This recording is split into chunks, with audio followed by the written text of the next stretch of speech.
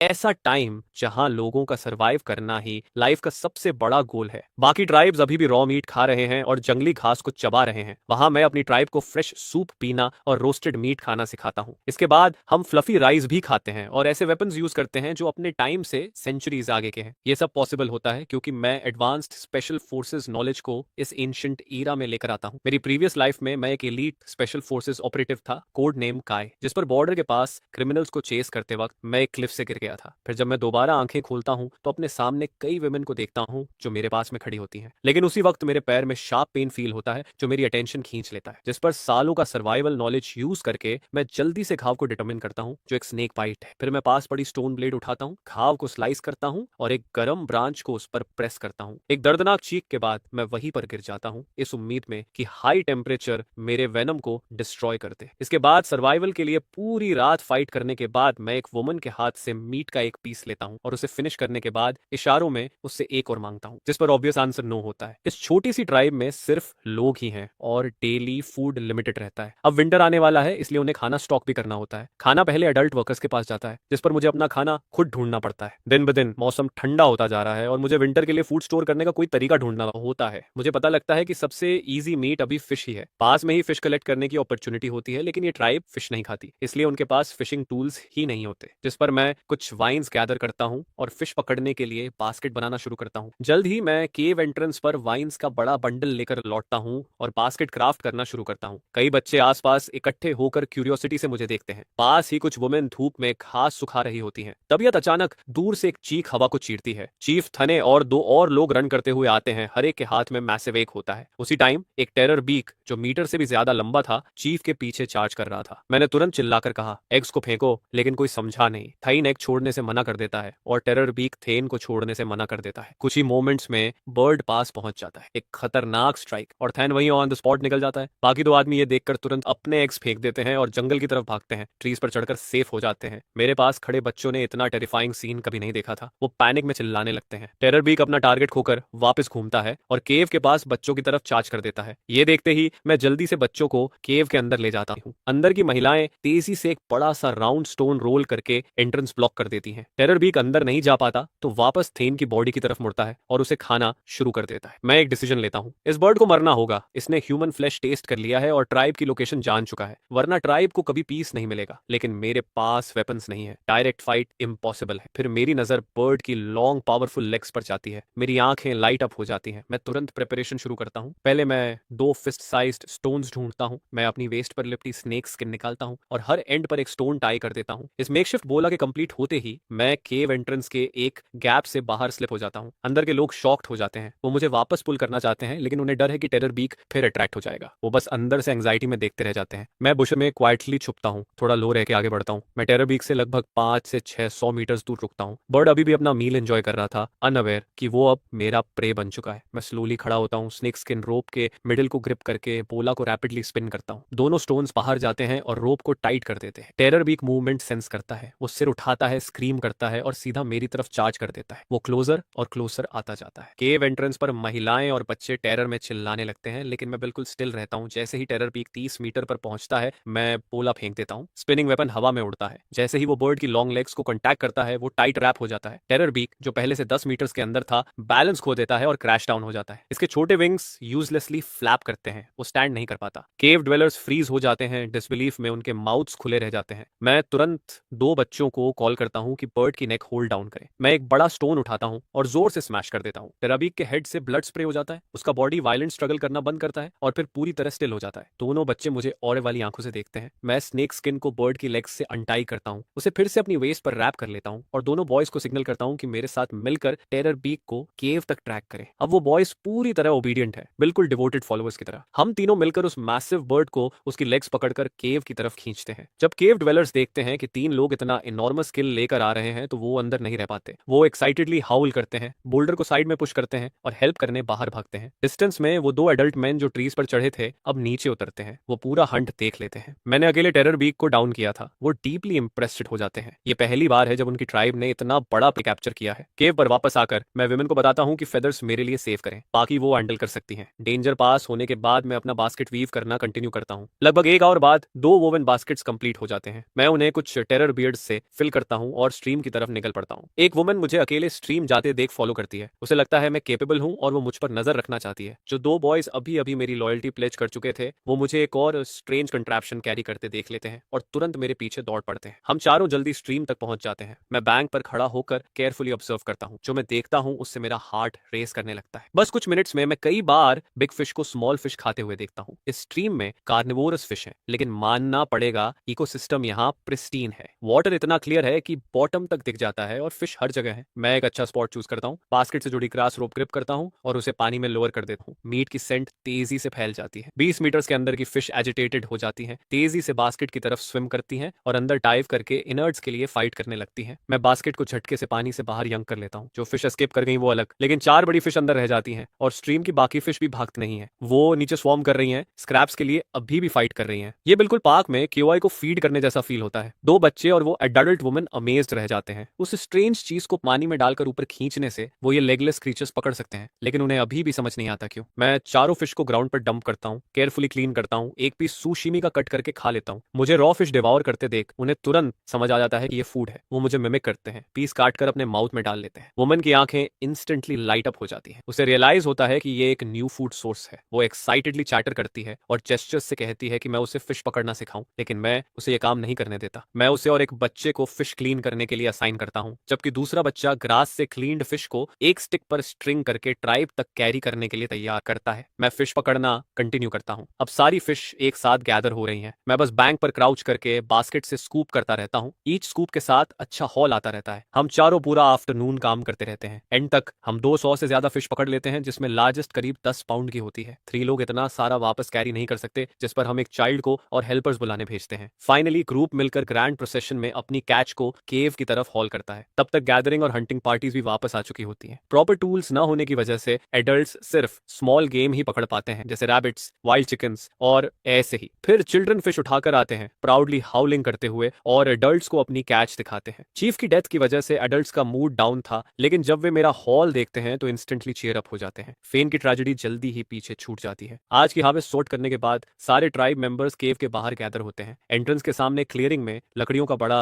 Stack लगाया जाता है। फेन का बॉडी उसके ऊपर रखा होता है। एक ओल्ड मैन जिसके हेड पर 2 रैम हॉर्न्स होते हैं फायर लाइट करता है। रोअरिक फ्लेम्स जल्दी ही चीफ के बॉडी को कंज्यूम कर लेती हैं। फायर लाइट हर फेस पर डांस करती है। चिल्ड्रन रोस्टिंग मीट की स्मेल फील करते हैं और सलाइवा स्वॉलो करते रहते हैं। उन्हें कोई सैडनेस फील नहीं होती। एडल्ट्स अब न्यू फूड सोर्स मिलने से काम रहते हैं। इसी मौके पर मैं ट्राइब को ऑब्जर्व करता हूँ। ट्राइब में अभी टोटल 52 मेंबर्स होते हैं। 8 एडल्ट मैन, 15 एडल्ट वुमेन और बाकी अलग अलग एज के चिल्ड्रन होते हैं। जिस ओल्ड मैन ने फायर लाइट किया होता है वही ट्राइब का एल्डर है। ओल्डेस्ट होने की वजह से सब उसे ट्राइब का सबसे वाइज पर्सन मानते हैं। थॉ इसका शायद उसे सेकंड प्लेस से सेटल करना पड़े, क्योंकि मैं धीरे धीरे सबके हार्ट्स में उसकी जगह ले रहा हूँ। मैन ऐसा भी होता है जिसके 6 फिंगर्स होते हैं और वो वुडन क्लब यूज करना प्रेफर करता है। लाइकली इन ब्रीडिंग की वजह से वो थोड़ा सिंपल माइंडेड लगता है। 6 के पास ही फेदर होता है, जो फेदर नेकलेस पहनता है वो क्लेवर दिखता है और 6 की तरह वुडन क्लब प्रेफर करता है। फेदर के पीछे स्टोन होता है जो बोन नेकलेस पहनता है और स्टोन्स को वेपन्स की तरह यूज करता है। थोड़ी डिस्टेंस पर एक 15 ईयर ओल्ड यूथ खड़ा होता है जिसके सिर्फ एक ईयर होता है और लेफ्ट चीक पर 4 स्कार्स होते हैं। उसका वेपन स्ट्रेट लेग बोन से बना स्पीयर होता है। स्कार के पास 17 ईयर ओल्ड फैंग होता है। उसका फादर 2 जनरेशन पहले चीफ था। उसके weapons 2 foot long sabre tooth tiger fangs होते हैं। फिर ऑक्स होता है, ट्राइब का सबसे टॉल और पावरफुली बिल्ट। उसका वेपन सिंपल और ब्रूटल होता है, सिर्फ एक लेग बोन। फाइनली फ्लिंट होता है जो केन के सहारे चलता है। वो अब गैदरिंग ग्रुप को फॉलो करता है, पाथ फाइंडिंग और वॉच ड्यूटी संभालता है। उसे स्टोन टूल्स शार्पन करना बहुत पसंद है। कहते हैं मरने से पहले स्टोन प्लेट ग्राइंड करना उसका बिगेस्ट ड्रीम है। ओवरऑल सारे मेन में स्कार, फैंग और ऑक्स ट्राइब की टॉप फाइटिंग पावर रिप्रेजेंट करते हैं। चीफ को बर्न करने के बाद डार्कनेस फॉल हो जाती है। एल्डर हॉर्न की लीड में सब केव के अंदर फूड डिवाइड करने जाते हैं। क्योंकि किसी ने पहले कभी फिश नहीं खाई होती, आज एक्सेप्शन बनाया जाता है। फूड डिस्ट्रीब्यूट करने की जिम्मेदारी मैं लेता हूँ। मैं एक प्री रोस्टेड फिश उठाता हूँ और बोन्स निकाल कर खाने का तरीका डेमोन्स्ट्रेट करता हूँ। सब मुझे मिमिक करते हैं और रिलिश के साथ खाते हैं। शायद पहली बार पेट भरकर खाने की वजह से सब और ज्यादा हैप्पी हो जाते हैं। कुछ लोग खाते खाते डांस भी करने लगते हैं। ये सीन मुझे अचानक होम जैसा फील कराता है। मैं साइलेंटली वाउ करता हूँ कि ट्राइब को बेटर लाइफ की तरफ लीड करूंगा। सबके खाने के बाद एल्डर हॉर्न एक चार्ट स्टिक लेता है और केव वॉल पर मेरी फिशिंग सीन रिकॉर्ड करता है। मीनवाइल मैं विमेन को बास्केट वीव करना सिखाता हूँ। मैं 2 ग्रास रोप्स ऐड करके उन्हें बैकपैक्स में कन्वर्ट कर देता हूँ। अब उन्हें फ्रूट्स और एनिमल हाइड्स कैरी करने के लिए हाथों की जरूरत नहीं रहती, जिससे गैदरिंग एफिशिएंसी काफी इंप्रूव हो जाती है। विमेन उन्हें इमीडिएटली लव करने लगती हैं, टर्न बाय टर्न पहनकर देखती हैं और उतारने का मन नहीं करता। फाइनली वे डिसाइड करती हैं कि कल और वाइन्स स्टोन्स गैदर करेंगी ताकि अपने बैकपैक्स बना सके। ग्रेटिट्यूड दिखाने के लिए गैदरिंग टीम से 2 डियर हाइड्स सेलेक्ट करके मेरे हैंड्स में रख देती हैं। इस मोमेंट से मैं ट्राइब का पहला चाइल्ड बन जाता हूँ जो एनिमल हाइड पहनता है। बट मैं स्टिंजी नहीं होता, मैं एक हाइड रखता हूँ और दूसरी 2 और 3 ईयर ओल्ड चिल्ड्रन की मदर्स को दे देता हूँ ताकि वो अपने किड्स के लिए क्लोथ्स बना सके। चिल्ड्रन का इम्यून सिस्टम वीक होता है और प्रिमिटिव सोसाइटी में मेडिकल केयर न होने की वजह से सिंपल कोल्ड या फीवर भी फेटल हो सकता है, इसलिए एक डियर हाइड एक लाइफ के बराबर होता है। मुझे बिलीव है कि फ्यूचर में अगर मुझे उनकी हेल्प चाहिए होगी तो वे पीछे नहीं हटेंगी। नेक्स्ट मॉर्निंग मैं जल्दी वेकअप करता हूँ। सिंपल मिलिट्री एक्सरसाइजेस के बाद मुझे थर्स्टी फील होता है, लेकिन जब मैं स्टोन बेसिन देखता हूँ जहां सब साथ में वाटर ड्रिंक करते हैं तो मैं उससे पी नहीं पाता। वाटर होल्ड करने के लिए वेसल्स बनाने का टाइम आ जाता है। सून ट्राइब मेंबर्स केव से बाहर निकलते हैं चैटरिंग करते हुए, बट आज वे हंट के लिए रश नहीं करते। एल्डर हॉर्न सारे मैन को केव एंट्रेंस के क्लियरिंग में गैदर करता है। लगता है नया चीफ सेलेक्ट होने वाला है। मुझे रियलाइज होता है कि चीफ बनकर ही मैं सबको कमांड कर सकता हूँ, जिस पर मैं सिलेक्शन में ज्वाइन करता हूँ। सिलेक्शन मेथड सिंपल और ब्रूटल होता है। 2 मेन बिना वेपन्स फाइट करते हैं। स्ट्रॉन्गेस्ट नेक्स्ट चीफ बनता है। सून स्कार और ऑक्स विक्टोरियस निकलते हैं। उनकी फाइट देखकर मैं हेल्पलेसली हेड शेक करता हूँ। कोई टेक्निक नहीं होती, सिर्फ ब्रूट स्ट्रेंथ का कॉन्टेस्ट होता है। फिर स्कार और ऑक्स के बीच मैच होता है। 6 फुट 3 का ऑक्स आयरन टावर की तरह खड़ा रहता है। स्कार को अप्रोच समझ नहीं आती, लेकिन वो बैक डाउन नहीं करता। इंस्टेड वो स्क्रीम करता है और फर्स्ट अटैक लॉन्च करता है, लेकिन जैसे ही वो ऑक्स तक पहुंचता है ऑक्स के मैसिव हैंड्स उसकी शोल्डर्स ग्रैब कर लेते हैं। स्कार रिएक्ट कर पाता उससे पहले ऑक्स उसे कई मीटर्स दूर हल कर देता है। वो थड के साथ ग्राउंड पर क्रैश करता है और कुछ टाइम तक उठ नहीं पाता। ऑक्स एक्साइटेड होकर चेस्ट बीट करता है। ट्राइब मेंबर्स एक्साइटमेंट में शाउट करते हैं और न्यू चीफ को अप्रूव करते हैं। तभी मैं कुछ स्टेप्स में उसके सामने वॉक करके आ जाता हूँ। वे स्टिल मी देखते रहते हैं। ऑक्स मुझे एक किड देखकर चैलेंज करता हुआ देखता है। वो चेस्ट बीट करता है और रोर करता है, लेकिन मैं बैक डाउन नहीं करता। मैं फाइटिंग स्टांस में उसके सामने स्टैंड करता हूँ। ऑक्स मुझे डाउन देखता है। मेरी आईज मुश्किल से उसके चेस्ट तक पहुंचती हैं। उसकी आईज कॉन्फिडेंस और कंटेम्प्ट से भरी होती हैं। वॉचिंग चिल्ड्रन मेरे लिए चीयर करते हैं, हाउलिंग एनकरेजमेंट के साथ। मैं हेजिटेट नहीं करता। मैं ऑक्स की तरफ रश करता हूँ। अपना लेफ्ट फुट उसके स्लाइटली बेंट थाई पर प्लांट करता हूँ और लीप करता हूँ। मेरा राइट नी जोर से ऑक्स के जॉ में ड्राइव करता है। कोई रिएक्ट कर पाए उससे पहले ऑक्स स्ट्रेट डाउन गिरता है, ग्राउंड पर रोल करता है और ग्रोन करता है। ट्राइब मेंबर्स इंस्टेंटली स्टन्ड रह जाते हैं। ऑक्स ट्राइब का स्ट्रॉन्गेस्ट वॉरियर होता है। इवन अगर वो हारता भी तो एक मूव में नहीं, और वो भी एक अंडर एज चाइल्ड से। एल्डर हॉर्न सडनली बहुत एक्साइटेड हो जाता है। एक बेसलेस बट पावरफुल फीलिंग उसके हार्ट में राइज करती है। अनाउंसमेंट करने से पहले ही ट्राइब मेंबर्स मुझे हाई लिफ्ट करके एयर में टॉस करने लगते हैं, न्यू चीफ के बर्थ को सेलिब्रेट करते हुए। जस्ट 2 डेज में मैं ट्राइब के लिए बहुत सारे मिरेकल्स लेकर आया होता हूँ। यही रिजल्ट सब चाहते थे। ऑक्स अब रिकवर कर चुका होता है और क्लियरली कन्विंस्ड नहीं होता। क्राउड की शॉक्ड क्राइज के बीच वो फिर से मेरी तरफ चार्ज करता है। ये देखकर मैं इमीडिएटली फ्लिप डाउन करता हूँ। जैसे ही ऑक्स रीच करता है मैं उसकी 2 फिंगर्स ग्रैब करता हूँ और फोर्सफुली फॉरवर्ड यैंक करता हूँ। फिर साइड स्टेप लेकर उसके पीछे सर्कल करता हूँ और उसके नी के बैक पर जोर से किक करता हूँ। ऑक्स फेस फर्स्ट ग्राउंड पर गिरता है। जितना वो स्ट्रगल करता है उतना पेन बढ़ता जाता है। लेस देन 2 मिनट्स में ऑक्स जैसा पावर हाउस भी मर्सी के लिए बेक करता है। टीयर्स ऑफ स्नॉट उसके फेस से फ्लो कर रहे होते हैं। फाइनली मैं सॉबिंग बिग गाय को रिलीज करता हूँ, अपने हैंड्स डस्ट ऑफ करता हूँ और केव के अंदर वॉक करता हूँ। क्राउड फिर इरप्ट करता है। चिल्ड्रन एक्साइटेडली सेलिब्रेट करते हैं पहली बार किसी अडल्ट को डिफीट करने पर। विमेन डिस्कस करती हैं कि वाइन्स कहाँ देखी थी और प्लान करती हैं कि टुनाइट मुझसे और पैक्स वीव करना सीखेंगी। एल्डर हॉर्न कॉम्प्लेक्स एक्सप्रेशन के साथ केव को स्टेयर करता है, डीप थॉट में लॉस्ट। उसी मोमेंट मैं कंप्लीटली न्यू लुक में बाहर इमर्ज करता हूँ। मैं सिंपल डियर हाइट पहनता हूँ। मेरी jet black hair snake skin की स्ट्रिप से टाइट होती है। मैं क्लीन, शार्प और केपेबल दिखता हूँ। यह मेरा केयरफुली कंसिडर्ड न्यू स्टाइल होता है। कहते हैं ये अपीयरेंस एंशिएंट टाइम से चली आ रही है। अर्ली फार्मर्स अपने हेयर को बाइंड करना शुरू करते हैं क्योंकि लूज हेयर फील्ड वर्क में इनकन्वीनियंट होता है। ये एग्रीकल्चरल सिविलाइजेशन का एक इंपॉर्टेंट सिंबल बन जाता है। ट्राइब की स्टार स्ट्रक केजेस के बीच मैं क्राउड में वॉक करता हूँ और आज के टास्क असाइन करना शुरू करता हूँ। सबसे पहले मैं गैदरिंग टीम को रीऑर्गेनाइज करता हूँ। ट्राइब में अब 15 अडल्ट वुमेन होती हैं, उनमें से 6 प्रेग्नेंट होती हैं। रिमेनिंग 9 वुमेन प्लस फ्लिंट मिलाकर टोटल 10 लोग बनते हैं, लेकिन आज मैं सिर्फ 8 वीमेन को गैदरिंग के लिए भेजता हूँ। अब जब उनके पास बैकपैक्स हैं, उन्हें प्रोटेक्शन के लिए फ्लिंट की जरूरत नहीं रहती। ईच वुमेन सेल्फ डिफेंस के लिए एक स्टिक कैरी कर सकती है। 6 प्रेग्नेंट वुमेन पीछे रुकती हैं, होम को वॉच करने और 2 और 3 ईयर ओल्ड बच्चों की केयर के लिए। ओल्डर चिल्ड्रन ग्रास गैदर करते हैं। रिमेनिंग वुमेन 2 बॉयज को लेकर स्ट्रीम पर फिश कैच करने जाती है। अब हर किसी के पास काम होता है, लेकिन फ्लिंट को कोई असाइनमेंट नहीं मिला होता। वह थोड़ा डिजेक्टेड फील करता है। इस आदमी ने अपनी पूरी लाइफ स्टोन प्लेट ग्राइंड करने का वाव लिया होता है। मैं प्लान करता हूँ कि उससे पॉटरी बनवाऊं, लेकिन पॉटरी मेकिंग सिंपल नहीं होती। इसमें काफी प्रिपरेशन लगती है, इसलिए फिलहाल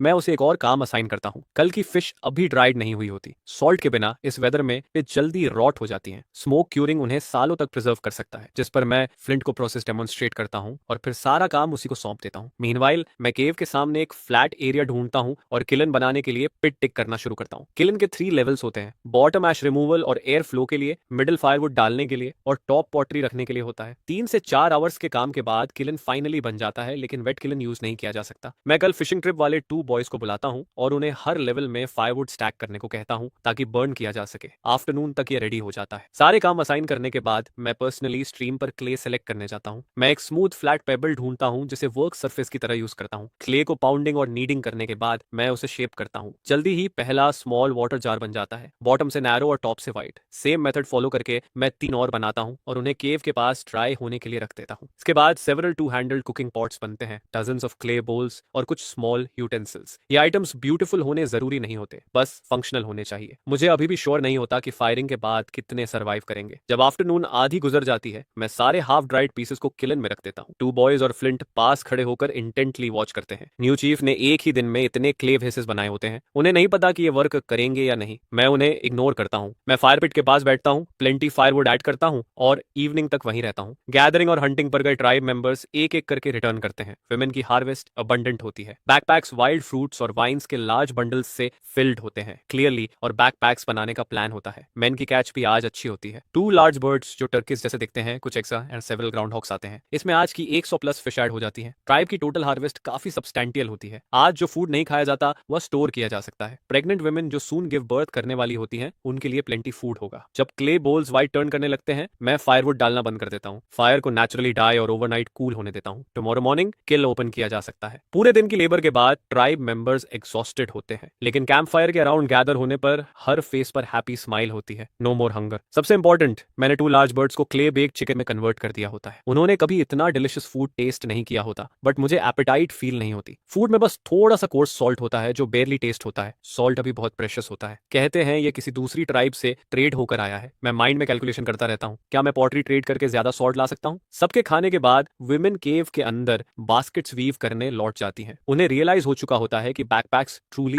यूजफुल हैं। टुडे गैदरिंग टीम में कम लोग होने के बावजूद उन्होंने पहले से ज्यादा कलेक्ट किया होता है। मैं सारे एनिमल हाइड्स डिस्ट्रीब्यूट करता हूँ। अब कई चिल्ड्रन ब्लैंकेट्स के नीचे टुगेदर हडल कर सकते हैं। नेक्स्ट मॉर्निंग मैं इमीडिएटली पॉटरी फायरिंग के रिजल्ट्स चेक करता हूँ। फ्लिंट एल्डर हॉर्न के साथ दौड़ता हुआ आता है, नर्वसली चैटर करते हुए। मैं खुद भी एक्सट्रीमली नर्वस होता हूँ। मेरी सॉल्ट ट्रेडिंग प्लान और मीट सूप का ड्रीम सब इसी पर डिपेंड करता है। गोल्डन एग तोड़ने जैसी एंटिसिपेशन के साथ मैं किलन की डर्ट कवर हटाता हूँ और अंदर पीयर करता हूँ। सारे clay bowls vibrant terracotta red होते हैं और अनएक्सपेक्टेडली स्मूथ दिखते हैं। यह देखकर फ्लिंट एक बोल उठा लेता है और एक्साइटेडली उस पर हाथ फेरता है। फिर वह स्टंबल करता हुआ केव की तरफ भागता है। मोमेंट्स बाद वह वाटर से भरा बोल लेकर वापस आता है, जॉय में हाउलिंग करता हुआ, और ट्राइब को प्राउडली ये ब्यूटीफुल वाटर होल्डिंग वेसल दिखाता है। मैं स्माइल करता हूँ और पॉटरी निकालना कंटिन्यू करता हूँ। 4 कुकिंग पॉट्स और 4 स्मॉल वाटर जार्स परफेक्टली निकलते हैं। स्मूथ सर्फेसेस होती हैं बिना किसी क्रैक के। 8 स्पून में से सिर्फ 2 सर्वाइव करते हैं, बाकी मेल्ट होकर आपस में स्टिक हो जाते हैं। 20 प्लस क्ले बोल्स में से सिर्फ 12 यूजेबल होती हैं। Piece after piece terracotta pottery kiln से बाहर आती है। ट्राइब मेंबर्स सिर्फ शॉक और एक्साइटमेंट फील करते हैं। फैंग और ऑक्स फास्टेस्ट मूव करते हैं। दोनों एक एक जार उठाते हैं और स्ट्रीम की तरफ रन करते हैं। सून वे वाटर से भरे जार्स लेकर रिटर्न करते हैं। एल्डर हॉर्न एक्साइटेड होता है लेकिन कंपोजर मेंटेन करता है। वह जेस्चर करके मुझसे पूछता है कि यह सब कैसे हुआ। आंसर देने से पहले ही कल के 2 हेल्पर्स ईगरली एक्सप्लेन करने लगते हैं, लेकिन मेरी मेन कंसर्न सॉल्ट ट्रेड को लेकर होती है। मैं ये क्वेश्चन एल्डर हॉर्न के सामने रखता हूँ। अनएक्सपेक्टेडली एल्डर हॉर्न मुझे ऐसे देखता है जैसे मैं कोई वेस्टफुल चाइल्ड हूँ। वह पॉटरी पीसेस की तरफ पॉइंट करता है, फिर ट्राइब के अडल्ट्स और चिल्ड्रन की तरफ, और उनकी लैंग्वेज में एक्सप्लेन करता है कि ये चीजें कितनी प्रेशियस हैं। जब मैं फाइनली समझता हूँ, मैं कंप्लीटली शॉक्ड होता हूँ। इवन एक सिंगल बोल ऑलमोस्ट अडल्ट बॉय या 2 गर्ल्स के बदले ट्रेड हो सकती है। वाटर जार्स और कुकिंग पॉट्स तो और भी ज्यादा वैल्यूएबल होते हैं। डिफरेंट ट्राइब्स के बीच water holding vessels extremely rare होती हैं। Life time stone plate grind करना नॉर्मल माना जाता है। मोर वेसल्स पाने के लिए कुछ ट्राइब्स बिना हेजिटेशन लोगों को ट्रेड कर देते हैं। वे सोचते हैं ज्यादा पीपल यूजलेस हैं और सिर्फ फूड कंज्यूम करते हैं, बट मैं बिलीव करता हूँ कि ज्यादा पीपल ज्यादा फूड ला सकते हैं और ट्राइब की फाइटिंग स्ट्रेंथ इंक्रीज कर सकते हैं। न्यू मेंबर्स ट्राइब में फ्रेश ब्लड लाते हैं। यह सोचकर मैं इमीडिएटली ट्रेडिंग मिशन असाइन करता हूँ। एल्डर हॉर्न और हंटिंग पार्टी के 7 मेंबर्स सेट आउट करते हैं। 1 वाटर जार, 1 कुकिंग पॉट और 3 क्ले बोल्स ट्रेड के लिए दिए जाते हैं। वाटर जार के बदले 2 एडल्ट वुमेन, कुकिंग पॉट के बदले 2 almost adult boys, 3 clay bowls precious salt crystals के बदले जो माउंटेन रॉक से कलेक्ट होती हैं। अगर सॉल्ट न मिले तो बोल्स गर्ल्स के बदले ट्रेड की जाए। इंस्ट्रक्शंस देने के बाद ग्रुप इमीडिएटली डिपार्ट करता है। मैं बाकी ट्राइब मेंबर्स को टास्क्स असाइन करना कंटिन्यू करता हूँ। ट्रेड वेस्ट की ट्राइब से होता है, माउंटेन और वैली क्रॉस करके। ग्रुप जल्दी डेस्टिनेशन रीच करता है। ये ट्राइब रिवर स्टोन ट्राइब से थोड़ी बड़ी होती है, करीब 80 से 90 पीपल। दोनों ट्राइब्स पहले भी ट्रेड कर चुकी होती हैं। एल्डरहॉर्न की ग्रुप को गुड्स के साथ आते देख दूसरी ट्राइब का चीफ पॉल्ट कैप ग्रीट करने बाहर आता है। शॉर्ट कॉन्वर्सेशन के बाद एल्डरहॉर्न बैकपैक से क्ले बोल निकालकर उसे देता है। सॉल्ट के बदले ट्रेड करने को कहा जाता है। बॉल्ट कैप की आईज इंस्टेंटली लाइट अप हो जाती हैं। क्ले बोल अंदर बाहर से स्मूथ होती है और स्टोन बेसिन से काफी लाइटर होती है। वह तुरंत 2 ट्राइब मेंबर्स को small bag of white crystals लाने भेजता है और एल्डरहॉर्न को देता है। बट एल्डरहॉर्न बैग को देखता है और हेड शेक करता है। हमें ज्यादा चाहिए और इस बार हम 2 एडल्ट वुमेन भी ट्रेड करना चाहते हैं। फिर वह ऑक्स को वाटर जार निकालने का सिग्नल देता है। बॉल्ट कैप स्टर्न रह जाता है। ये स्टोन बेसिन ह्यूज होती है, इसमें बहुत ज्यादा वाटर स्टोर हो सकता है। बट नेक्स्ट मोमेंट वह हेजिटेट करता है। ट्रेडिंग के लिए 2 औरतों को इतना बड़ा स्टोन बेसिन देकर लेना एक अच्छा डील लगता है, लेकिन अभी ऑटम का टाइम चल रहा होता है जो फूड कलेक्ट करने का सीजन माना जाता है, जिस पर एक इंसान कम होने का मतलब होता है कम हार्वेस्ट। इस बात पर थोड़ा सोचा जाता है, लेकिन आखिर में वो हल्की स्माइल के साथ एग्री कर जाता है, क्योंकि एक इंसान कम होने से कंजम्पशन भी कम होता है और यह उसे एक स्मार्ट डील फील होता है। इसके बाद 2 दुबली पतली औरतों को सामने लाया जाता है जो एडल्ट सिस्टर्स होती हैं। बड़ी बहन अपनी गोद में करीब 4 साल का छोटा बच्चा पकड़े रहती है। बच्चे की आंखें बंद होती हैं और उसका शरीर बिल्कुल शांत रहता है, जो देखकर साफ लगता है कि वो ठीक नहीं है। फिर कहा जाता है कि इन दोनों लोगों के बदले बड़ा स्टोन बेसिन मिलेगा और बच्चे को साथ में दे दिया जाएगा। यह सुनकर बाल्ट कैप हल्के से हाथ हिलाता है, जैसे जल्दी में उन्हें आगे बढ़ने का इशारा कर रहा हो, जिस पर एल्डरहॉर्न उन दोनों कमजोर औरतों को देखता है लेकिन कुछ नहीं कहता। इसके बाद वो स्टोन से कहता है कि बैकपैक से कुकिंग पॉट और बाकी क्ले बोल्स निकालो। फिर वो बोलता है कि अगर चाहिए तो ट्रेड कर सकते हो। चीफ बॉल्ट कैप पहले ही बड़ा जार ले चुका होता है। अब जब वो छोटा वाला देखता है तो उसे पसंद तो आता है, लेकिन वो इशारे से मना कर देता है। ये देखकर एल्डरहॉर्न को मेरे सुबह दिए गए इंस्ट्रक्शंस याद आते हैं, जिस पर वो वहीं पर डेमोन्स्ट्रेशन शुरू करता है। वो क्ले पॉट में मीट सूप बनाना शुरू करता है। थोड़ी ही देर में पॉट से एक अच्छी खुशबू फैलने लगती है, जिसे फील करते ही बाकी ट्राइब मेंबर्स का ध्यान उधर चला जाता है। उन्हें समझ आता है कि मीट इस तरह भी खाया जा सकता है, जिस पर चीफ बॉल्ट कैप जल्दी से एल्डरहॉर्न के हाथ से क्ले बोल लेता है। बोल में सूप और मीट के टुकड़े होते हैं। वो थोड़ा हेजिटेट करते हुए एक सिप लेता है और उसी पल उसका रिएक्शन बदल जाता है। सूप का टेस्ट उसे काफी अच्छा लगता है। ऊपर हल्की ऑयल की लेयर होती है और मीट सॉफ्ट और जूसी होता है, जिसे खाते ही उसका पूरा बॉडी अच्छा फील करता है। इसके बाद उसके मन में साफ हो जाता है कि ट्रेड करना सही रहेगा। अब बॉल्ट कैप ज्यादा ओपन हो जाता है। वो लोगों को सौंप देता है और अपने लोगों से नमक से भरा एक पैक मंगवाता है, जो ऑक्स का पूरा पैक भर देता है। यह देखकर एल्डरहॉर्न संतोष में सिर हिलाता है। इसके बाद ग्रुप वापसी के सफर पर निकल पड़ता है। वो 7 लोगों के साथ आए थे और अब 9 नए लोगों के साथ लौटते हैं, यानी कुल 16 लोग। यह रिजल्ट एक पूरे दिन की हंटिंग से भी बेहतर होता है। ग्रुप जल्दी चलते हुए शाम के आसपास रिवर स्टोन ट्राइब पहुंचता है, लेकिन जैसे ही नए आए लोग केव एंट्रेंस की क्लियरिंग में पहुंचते हैं, सब हैरान रह जाते हैं, क्योंकि केव एंट्रेंस पर 4 वाटर जार्स, 4 पॉट्स और पोल्स का एक बड़ा स्टैक रखा होता है, जो फ्लिंट ने उसी दिन बनाया होता है। फ्लिंट पॉटरी को देखते हुए हल्की मुस्कान के साथ खड़ा रहता है। यह उसके लिए एक बहुत खास दिन होता है। क्लियरिंग के दूसरे हिस्से में कई बड़ी फिश सूखने के लिए टंगी होती हैं। पास खड़ी औरतें इसे देखकर खुश नजर आती हैं। यह सब फूड है और अब वो खुद भी इसे इकट्ठा कर सकती हैं। यह सब देखकर नए आए एडल्ट्स और बच्चे खास तौर पर हैरान होते हैं। जहां एक स्टोन बेसिन के बदले 2 एडल्ट्स मिल सकते हैं, वहीं इस ट्राइब के पास इतने सारे बर्तन और फूड होता है। उन्हें लगता है कि इस ट्राइब में आना सही फैसला रहा। इसके बाद एल्डरहॉर्न लोगों को मेरे पास लाता है। 8 लोग और एक बच्चा। मैं सबको ध्यान से देखता हूँ। सब काफी कमजोर दिखते हैं, लेकिन ट्राइब के पास फूड की कोई कमी नहीं होती। एक विंटर में उनकी हालत बेहतर हो सकती है। फिर मैं उस औरत के सामने रुकता हूँ जो बच्चे को पकड़े रहती है। बच्चा शांत रहता है और उसका चेहरा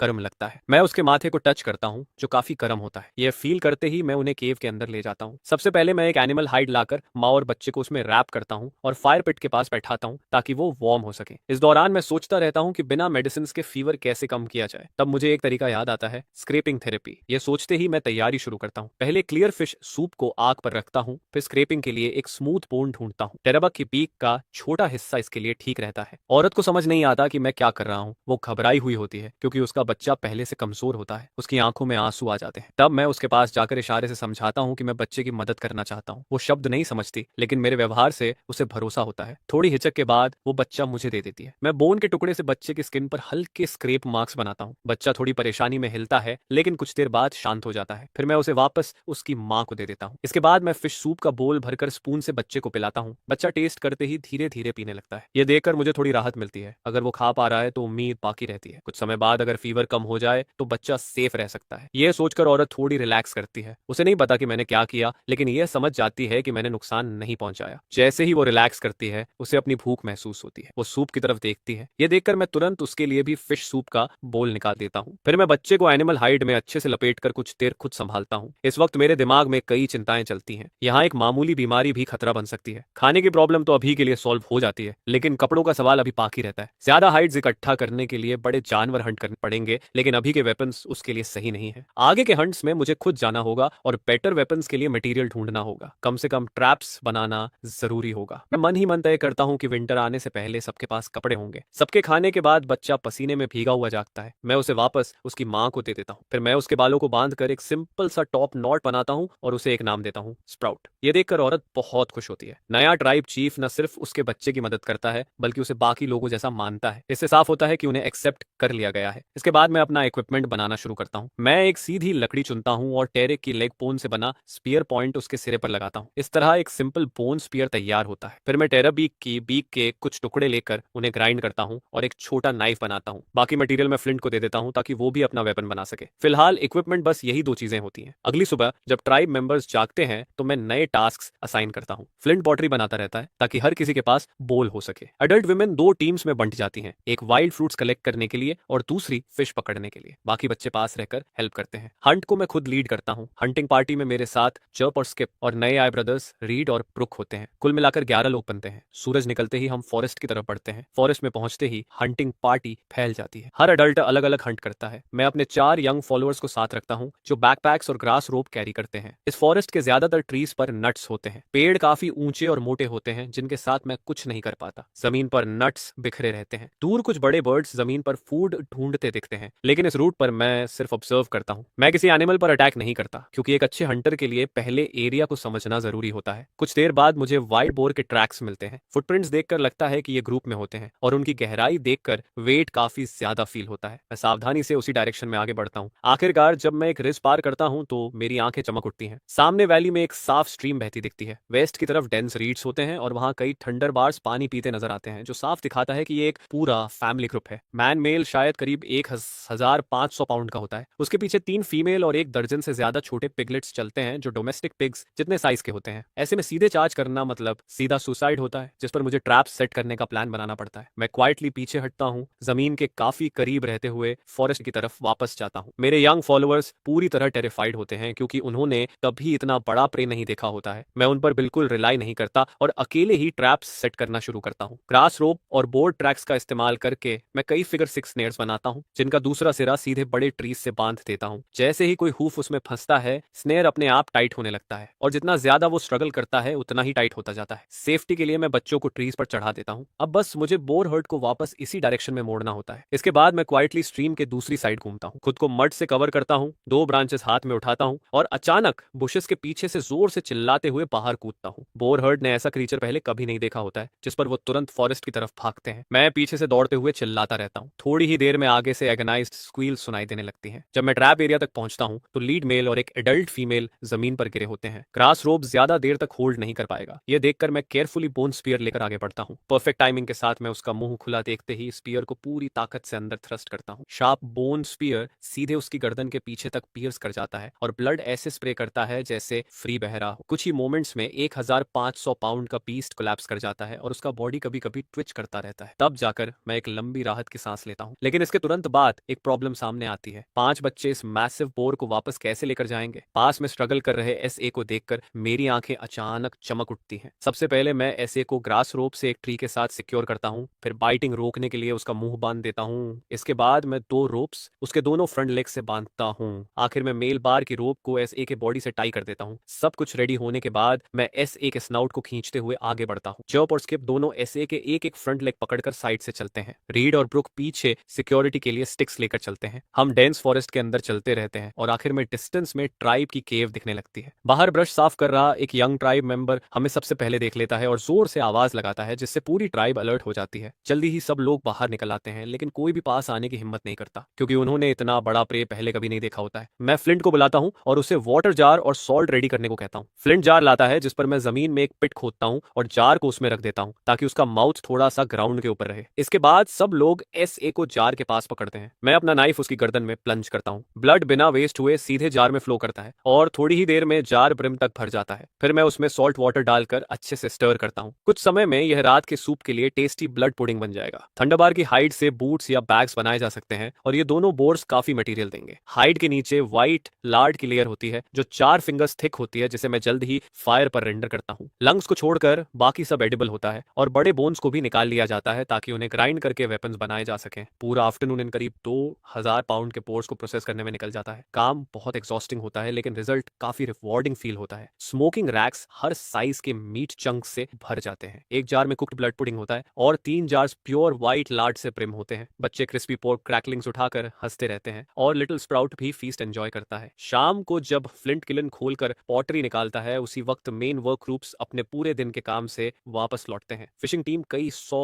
फिश लेकर आती है। हंटिंग टीम भी अच्छा परफॉर्म करती है। 3 फेजेंट्स, 2 बड़े स्नेक्स, दर्जन भर बर्ड एग्स, 1 दर्जन ग्राउंड स्क्विरल्स और नट्स की एक बास्केट लेकर। इससे भी ज्यादा सरप्राइजिंग बात यह होती है कि आज मेपल गैदरिंग टीम लीड करती है और एक नया फूड सोर्स डिस्कवर करती है, एक बहुत ही स्वीट ट्री रूट। जब उसे काटा जाता है तो बाहर की स्किन के अंदर एम्बर कलर की नेचुरल शुगर दिखती है। अगर इन्हें ज्यादा कलेक्ट किया जाए तो व्हाइट शुगर रिफाइन की जा सकती है। मैं खास तौर पर इस डिस्कवरी के लिए उस यंग वुमन की प्रेज करता हूँ। डिनर के टाइम सब लोग बहुत एंजॉय करते हैं, लेकिन इसी दौरान एल्डर हॉर्न का एक्सप्रेशन डार्क हो जाता है। उसके हाथ में रेड स्पाइन से भरी थॉर्नी वाइन होती है और वो मेपल के पीछे भागते हुए उसे पार पार स्ट्राइक करता है। ओरिजिनल ओनर की मेमोरीज से मुझे पता होता है कि ये वाइन ट्राइब का डिसिप्लिनरी टूल होता है जिसे सिर्फ सीरियस ऑफेंस पर यूज किया जाता है। ये देखकर मैं तुरंत बीच में इंटरवीन करता हूँ, एंग्री एल्डर को रोकता हूँ और पूछता हूँ कि वो उसे प्यूनिश क्यों कर रहा है। एल्डर बताता है कि ये रूट्स थर्न ट्री का बैट होती हैं और जो भी इन्हें खाता है उसे वही ट्री खा जाता है। ये सुनते ही मैं सबको रूट्स खाना तुरंत स्टॉप करने को कहता हूँ। ऐसा इसलिए नहीं कि मैं एल्डर की बात पर पूरी तरह बिलीव करता हूँ, बल्कि इसलिए कि मुझे डर होता है कि ये रूट्स पॉइजनस या एडिक्टिव हो सकती हैं। इस इंसिडेंट की वजह से मैं पूरी रात अलर्ट रहता हूँ और अपने बॉडी में किसी भी चेंज को केयरफुली मॉनिटर करता हूँ। लकी कुछ भी नहीं होता। सुबह डे लाइट आने पर लोग बाहर निकलते हैं और मैं दिन के काम ऑर्गेनाइज करना शुरू करता हूँ। सब कुछ नॉर्मली चलता है, बस एक चेंज होता है। स्प्राउट और उसकी माँ फिशिंग टीम के साथ जाते हैं और मैं 4 यंगर बॉयज को गैदरिंग टीम के साथ ले जाता हूँ। मेरा एम उस थॉर्न ट्री को इन्वेस्टिगेट करना होता है जिसका मेंशन एल्डर हॉर्न ने किया था। ट्री की लोकेशन केव के पीछे पहाड़ के अंदर गहराई में होती है। इस माउंटेन पर टॉल ट्रीज कम होते हैं लेकिन श्रब्स बहुत डेंस होते हैं और फ्रूट ट्रीज काफी होते हैं। रास्ते में मुझे एक एक्साइटिंग डिस्कवरी होती है, वही चिली पेपर्स जिनकी मुझे काफी टाइम से तलाश थी। ब्राइट रेड पैच श्रब्स के बीच छिपा होता है। ट्राइब मेंबर्स इन्हें नहीं खाते क्योंकि इनका बहुत स्पाइसी टेस्ट उन्हें लगता है कि ये एडिबल नहीं है। मैं तुरंत अपने 4 कंपेनियंस को इंस्ट्रक्शन देता हूँ कि आज सिर्फ चिली पेपर्स हार्वेस्ट करो। इसके बाद मैं गैदरिंग टीम के साथ आगे बढ़ता हूँ। एक रिज क्रॉस करने के बाद सामने एक बेसन दिखाई देता है। चारों तरफ ग्रीनिश टिंट वाली एनिमल बोन्स बिखरी होती हैं जो मास क्रेव जैसी लगती हैं। बेसन के सेंटर में करीब 7 मीटर ऊंचा एक स्ट्रेंज ट्री खड़ा होता है। उसकी रूट्स लगभग 500 मीटर के रेडियस में फैली होती हैं। सेंटर की तरफ जाते हुए रूट पल्प्स ज्यादा दिखाई देते हैं, जैसे एनिमल्स को ट्रंक की तरफ लूर करने के लिए डिजाइन किया गया हो। मेरी इंस्टिंक्ट्स साफ वार्न करती हैं कि ट्रंक के पास जाना ज्यादा डेंजर वाला है। फिर भी मैं क्लोजर जाने का फैसला करता हूँ, इस कॉन्फिडेंस के साथ कि जरूरत पड़ी तो एस्केप कर सकता हूँ। हर कदम पर मैं अपने बोन स्पीयर से जमीन प्रोब करता हुआ आगे बढ़ता हूँ। जैसे ही स्पीयर ट्री के कैनोपी के नीचे की एरिया को टच करता है, मेरी ट्रेनिंग इंस्टेंटली अलर्ट देती है, डेंजर क्लोज है। मैं तुरंत स्पीयर पीछे खींचता हूँ और उसी पाथ से रिट्रीट करता हूँ। उसी पल हवा में वुश की आवाज गूंजती है और दर्जन भर थॉर्न्स, हर एक करीब 1 मीटर लंबा, जमीन में सीधा आकर घुस जाता है, ठीक उसी जगह जहां स्पीयर ने टच किया था। हर थॉर्न करीब 1 सेंटीमीटर मोटा होता है और उसके टेल एंड पर पी साइज्ड सफेद फ्लावर होता है। ये नेचुरल एरोस होते हैं। ये देखकर मेरा एक्साइटमेंट बढ़ जाता है और मेरे दिमाग में स्ट्रॉ बोर्ड से एरोस बोरो करने वाली स्टोरी फ्लैश हो जाती है। मैं अपनी वोवन बास्केट को टारगेट बनाता हूँ, उसमें एक लंबी रोप बांधता हूँ और उसे कैनोपी के नीचे फेंक देता हूँ। वोश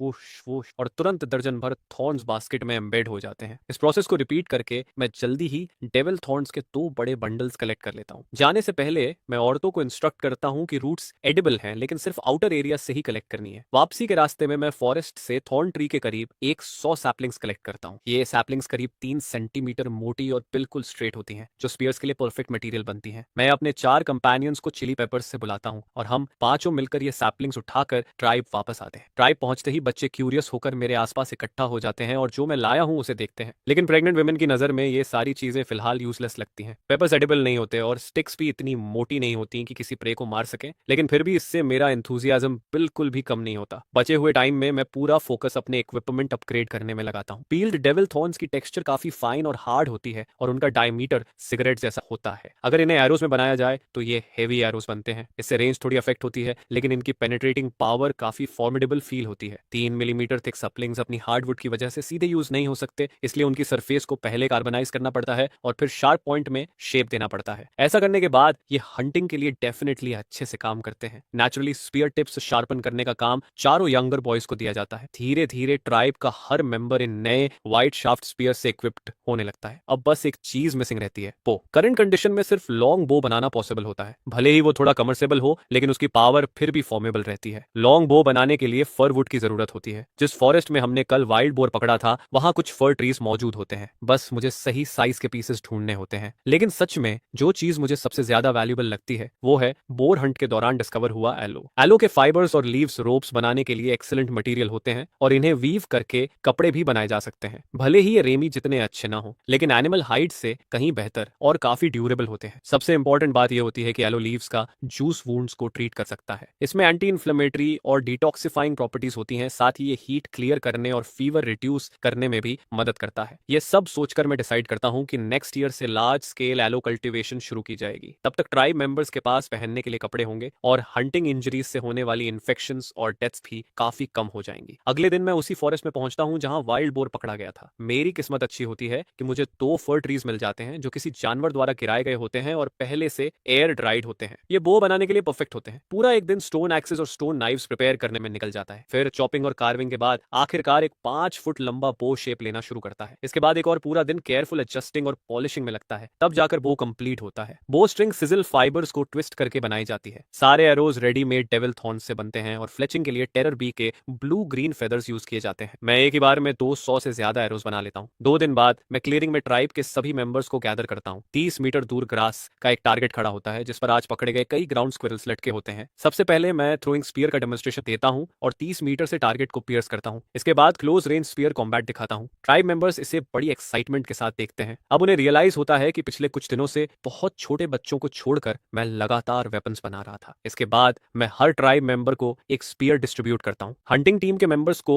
3 स्पीयर्स मिलते हैं, 2 थ्रोइंग के लिए और 1 क्लोज कॉम्बैट के लिए। एडोलेसेंस बच्चों को रोज स्पीयर थ्रोइंग प्रैक्टिस करनी होती है, ग्रास क्लियरिंग और खेलने के साथ साथ। व्हाइट शार्प स्पीयर्स देखने में काफी इंप्रेसिव लगते हैं। ट्राइब मेंबर्स इन नए वेपन्स को बहुत चेरिश करते हैं। स्टोन्स फेंकने के अलावा यही उनका एकमात्र रेंज्ड अटैक ऑप्शन होता है। इसके बाद मैं बो और एरोज का डेमोन्स्ट्रेशन देता हूँ। करीब 100 पेसेस की दूरी से मैं लगातार 5 एरोज शूट करता हूँ और सारे एरोज ग्राउंड स्क्विरल्स को हिट करते हैं। ये देखकर सब लोग अमेज रह जाते हैं और आगे बढ़कर वेपन को छूना चाहते हैं, लेकिन मैं सिर्फ डेमोन्स्ट्रेशन तक ही रुकता हूँ। बो बनाना बहुत मुश्किल होता है, इसलिए अभी इसे प्रमोट करने का कोई प्लान नहीं होता। स्पीयर सक्सेसफुली प्रमोट करने के बाद मैं बूट्स बनाना शुरू करता हूँ। तो ब्लैक बोर हाइड्स कई राउंड्स ऑफ टैनिंग के बाद बेहद स्ट्रॉन्ग और फ्लेक्सिबल बन जाती है ताकि हर किसी को बूट्स मिल सके। सिर्फ मेरे बूट्स पूरे बोर हाइड से बनाए जाते हैं। बाकी ट्राइब मेंबर्स के बूट्स में बोर हाइड सोल्स होती हैं और अपर्स छोटे जानवरों की फर से सिले जाते हैं। स्प्राउट के बूट्स मैं खुद बनाता हूँ। बूट्स की शाफ्ट घुटनों तक जाती है और अंदर सॉफ्ट फरी एनिमल हेयर भरी होती है जिससे वो बहुत वार्म रहते हैं। छोटा सा स्प्राउट इन्हें पहनकर रोज सबको दिखाता रहता है। इस सारे काम के बाद ट्राइब के पास मौजूद छोटे हाइड पीसेस पूरी तरह खत्म हो जाते हैं। वेदर ठंडा होता जा रहा होता है और एनिमल हाइड्स की जरूरत अर्जेंट बन जाती है। अब जब पॉटर काफी हो चुकी होती है, मैं फ्लिंट को नया टास्क देता हूँ, ब्रिक्स बनाना। जब इनफ ब्रिक्स हो जाएंगे तब हम बड़ा किल्न बना सकते हैं या वॉल्स और हाउसेस भी बना सकते हैं। यंग कंपेनियंस को दिया गया ग्रास क्लियरिंग का काम लगभग कंप्लीट हो चुका होता है। केव के बाहर दर्जनों एकर्स का एरिया पूरी तरह साफ हो चुका होता है। हाउस बिल्डिंग हो या फार्मिंग, जमीन रेडी होती है, बस अभी सूटेबल सीड्स की कमी होती है। फिलहाल हम सिर्फ चिली पेपर्स ही प्लांट कर सकते हैं। च्योल एक पेरेनियल प्लांट होता है। मैं प्लान करता हूँ कि इसे बैक माउंटेन पर लगाया जाए और साल में एक बार हार्वेस्ट किया जाए। इन लॉन्ग टर्म टास्क को अरेंज करने के बाद मैं डिसाइड करता हूँ कि अब और दूर ट्रैवल करके लार्ज हर्बीवोर की तलाश की जाए। जर्नी के लिए जरूरी सारा इक्विपमेंट ऑलरेडी प्रिपेयर किया जा चुका होता है, वेपन्स, फूड और सप्लाईज। ट्राइब मेंबर्स को ब्रीफ करने के बाद मैं अपना वोवन बास्केट उठाता हूँ और निकल पड़ता हूँ। एल्डरहॉर्न के फेस पर डीप कंसर्न साफ दिखता है। उसने कभी किसी को केव के बाहर रात सर्वाइव करते नहीं देखा होता है। हर्बीवोर्स आमतौर पर ग्रासलैंड्स में रहते हैं, इसलिए सबसे पहले मुझे इस एंडलेस फॉरेस्ट से बाहर निकलना होता है। पूरी सुबह चलने के बाद ट्रीज धीरे धीरे छोटे होने लगते हैं। ये देखकर मुझे अच्छा लगता है क्योंकि ये साइन होता है कि फॉरेस्ट खत्म होने वाला है। मॉर्निंग की जर्नी मुझे बहुत थर्स्टी कर देती है। मैं एक रिवर के पास पहुंचता हूँ और पानी पीने के लिए झुकता हूँ। जैसे ही मैं क्ले बोल निकालकर पानी भरने लगता हूँ, रिवर की शांत सरफेस अचानक इरप्ट हो जाती है। एक मैसिव क्रीचर बाहर निकलता है। उसके खुले हुए मुंह में सेरेटेड टीथ दिखाई देते हैं और वो सीधा मुझ पर अटैक करता है। मैं तुरंत मुड़ता हूँ और वाटर बीस्ट मेरे वोवन बास्केट को काट लेता है। उसका मुंह बास्केट में फंस जाता है। वो ना तो उसे थूक पाता है और ना ही काट पाता है, बस वो अपना सिर जोर जोर से हिलाने लगता है। मैं पानी में घसीटा जाता हूँ, कभी लेफ्ट कभी राइट। इस क्रिटिकल मोमेंट में मैं स्ट्रगल करते हुए अपने पूट से बर्ड बीक डैगर निकालता हूँ और बास्केट की एक स्ट्रैप काट देता हूँ। इससे मुझे घूमने का मौका मिलता है। एक हाथ से मैं बाकी स्ट्रैप को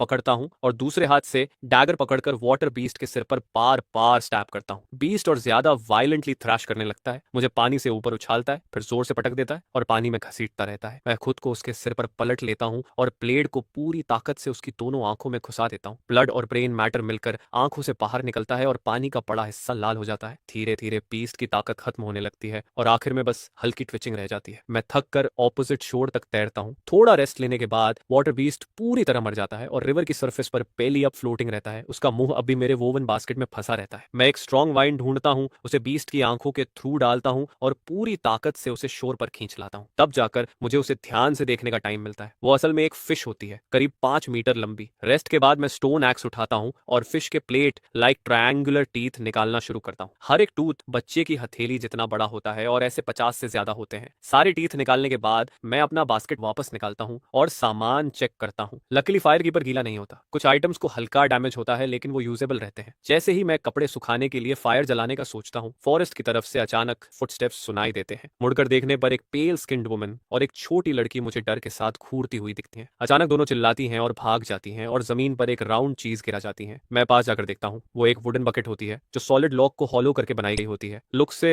साफ होता है कि वो पानी भरने आई थी, अब बकेट गिराकर भाग चुकी होती है। मुझे लगता है कि वो जल्द ही दूसरों को लेकर वापस आएंगी और सच में थोड़ी ही देर में वही औरत कई ट्राइब मेंबर्स के साथ वापस आती है। वो सफेद एनिमल हाइड रोब्स पहने होते हैं और उनकी स्किन इतनी पेल होती है कि पाउडर्ड लगती है। पूरा ग्रुप मेरे पीछे पड़ी जायंट फिश को देखकर हैरान रह जाता है। एक आदमी जो शायद उनका चीफ होता है मुझसे आई कांटेक्ट करता है और वुडन बकेट की तरफ इशारा करता है। उसी पल मैं सब समझ जाता हूँ। मैं अपने स्पीयर से बकेट को उठाता हूँ और चीफ की तरफ बढ़ाकर उसे दे देता हूँ। चीफ बकेट ले लेता है और कुछ ऐसी आवाज में बोलता रहता है जो मुझे समझ नहीं आती। फिर वो मेरे पीछे पड़े जायंट फिश की तरफ इशारा करता है जिसे सुनकर भले ही वर्ड्स क्लियर नहीं होते लेकिन मीनिंग साफ फील होने लगता है। ये देखकर मैं थोड़ा साइड में हट जाता हूँ और फिश को पूरी तरह रिवील करता हूँ, जिस पर पूरा ग्रुप तुरंत दौड़ कर आता है और उस जायंट फिश पर जोर जोर से मारना शुरू कर देता है। कई औरतें तो यह देखकर रो भी पड़ती हैं। आगे खड़ा मैन मुस्कुराता है, अपनी छाती पर मुक्का मारता है और फिर अपनी फिस्ट मेरी तरफ बढ़ाता है। मैं थोड़ा कंफ्यूज हो जाता हूँ लेकिन उसके फेस पर फ्रेंडली स्माइल देखकर लगता है कि ये फाइट का चैलेंज नहीं है। थोड़ी हेजिटेशन के बाद मैं भी उसकी फिस्ट से फिस्ट बम्प कर देता हूँ। ये होते ही वो जोर से हंसता है, मुझे वार्मली गले लगाता है और फिर बिना किसी शेयर्ड लैंग्वेज के भी मुझसे बातें करने लगता है, जेस्चर्स और एक्सप्रेशंस के साथ। यही मुझे फील होता है कि एक्सप्रेशंस और बॉडी लैंग्वेज से भी कम्युनिकेशन पॉसिबल है। फिर मैं उसे इशारों में बताता हूँ कि मैं नदी के उस पार से आया हूँ और ऐसे जानवर ढूंढ रहा हूँ जिनके सिर पर हॉर्न्स होते हैं। यह सुनकर वो समझते हुए सिर हिलाता है और बताता है कि उसके ट्राइब के कई लोग इसी फिश द्वारा खा लिए गए थे। इसके जवाब में वो मुझे थैंक्स देने के लिए अपने ट्राइब में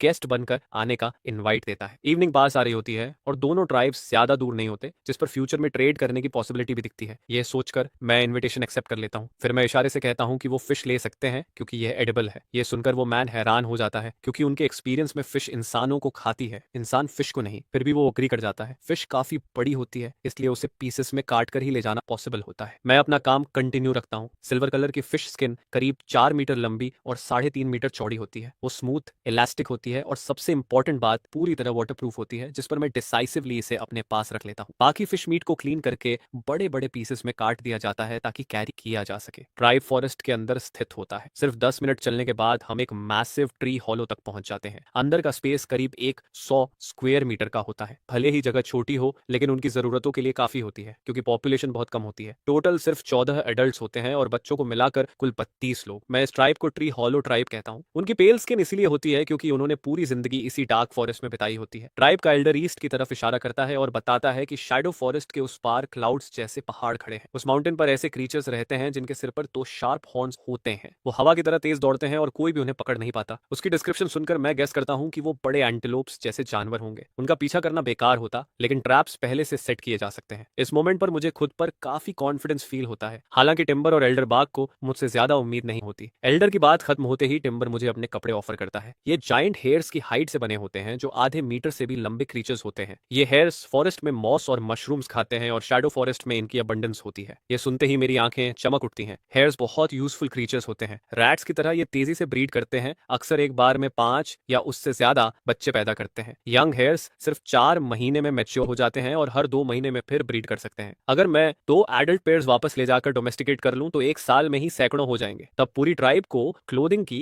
कमी नहीं होगी और हेयर मीट एक इंपॉर्टेंट फूड सोर्स बन जाएगा। डिनर के बाद टिम्बर बताता है कि वो हंटिंग पर जा रहा है और मुझसे पूछता है कि क्या मैं ज्वाइन करना चाहता हूँ। मैं थोड़ी देर के लिए सरप्राइज होता हूँ लेकिन हेयर्स नॉक्टर्नल एनिमल्स होते हैं इसलिए नाइट हंटिंग बिल्कुल लॉजिकल लगती है और मैं अग्री कर जाता हूँ। डेस्टिनेशन पर पहुंचकर मैं हंट में पार्टिसिपेट नहीं करता बल्कि साइड में छुपकर ऑब्जर्व करता हूँ कि वो हेयर्स कैसे पकड़ते हैं। टिम्बर अपने लोगों को मशरूम्स कलेक्ट करने को कहता है और उन्हें आयरन ओक ट्री के नीचे रख देता है। फिर पूरा ग्रुप पास में छुप जाता है। थोड़ी ही देर में एक मोटा सा हेयर कूदता हुआ आता है और आसपास अलर्ट होकर देखता है। कुछ भी सस्पिशियस न लगने पर वो मशरूम्स की तरफ धीरे धीरे बढ़ता है। उसी पल टिम्बर और बाकी लोग डेंस ट्विग्स वाली ब्रांचेस लेकर बाहर निकलते हैं। वो जल्दी से हेयर को इमोबिलाइज कर देते हैं और वुडन स्पाइक से उसे खत्म कर देते हैं। ये एनसर्कलमेंट हंटिंग होती है और वो हेयर को ऑलमोस्ट अलाइव पकड़ लेते हैं। ये देखकर मेरे मन में तुरंत ट्रेड का थॉट आता है। अगर ये मेरी हेल्प हेल्प कर सकें तो कितना अच्छा होगा। हम दूसरी जगह जाते हैं और फिर से मशरूम सेट करते हैं। इस बार मैं अपनी स्किल्स दिखाने का फैसला करता हूँ। मैं लॉन्ग बो निकालता हूँ और एक एरो रेडी करता हूँ। टिम्बर कंफ्यूज्ड होकर देखता है, उसे समझ नहीं आता कि ये क्या चीज है। तभी एक और हेयर कॉशियसली दिखाई देता है जो अभी मशरूम से 10 मीटर दूर होता है। टिम्बर मुझे खींच कर इशारा करता है कि साथ में रश करें, लेकिन मैं उसे इग्नोर करता हूँ। इसके बजाय मैं बो ड्रॉ करता हूँ, एरो सेट करता हूँ और वो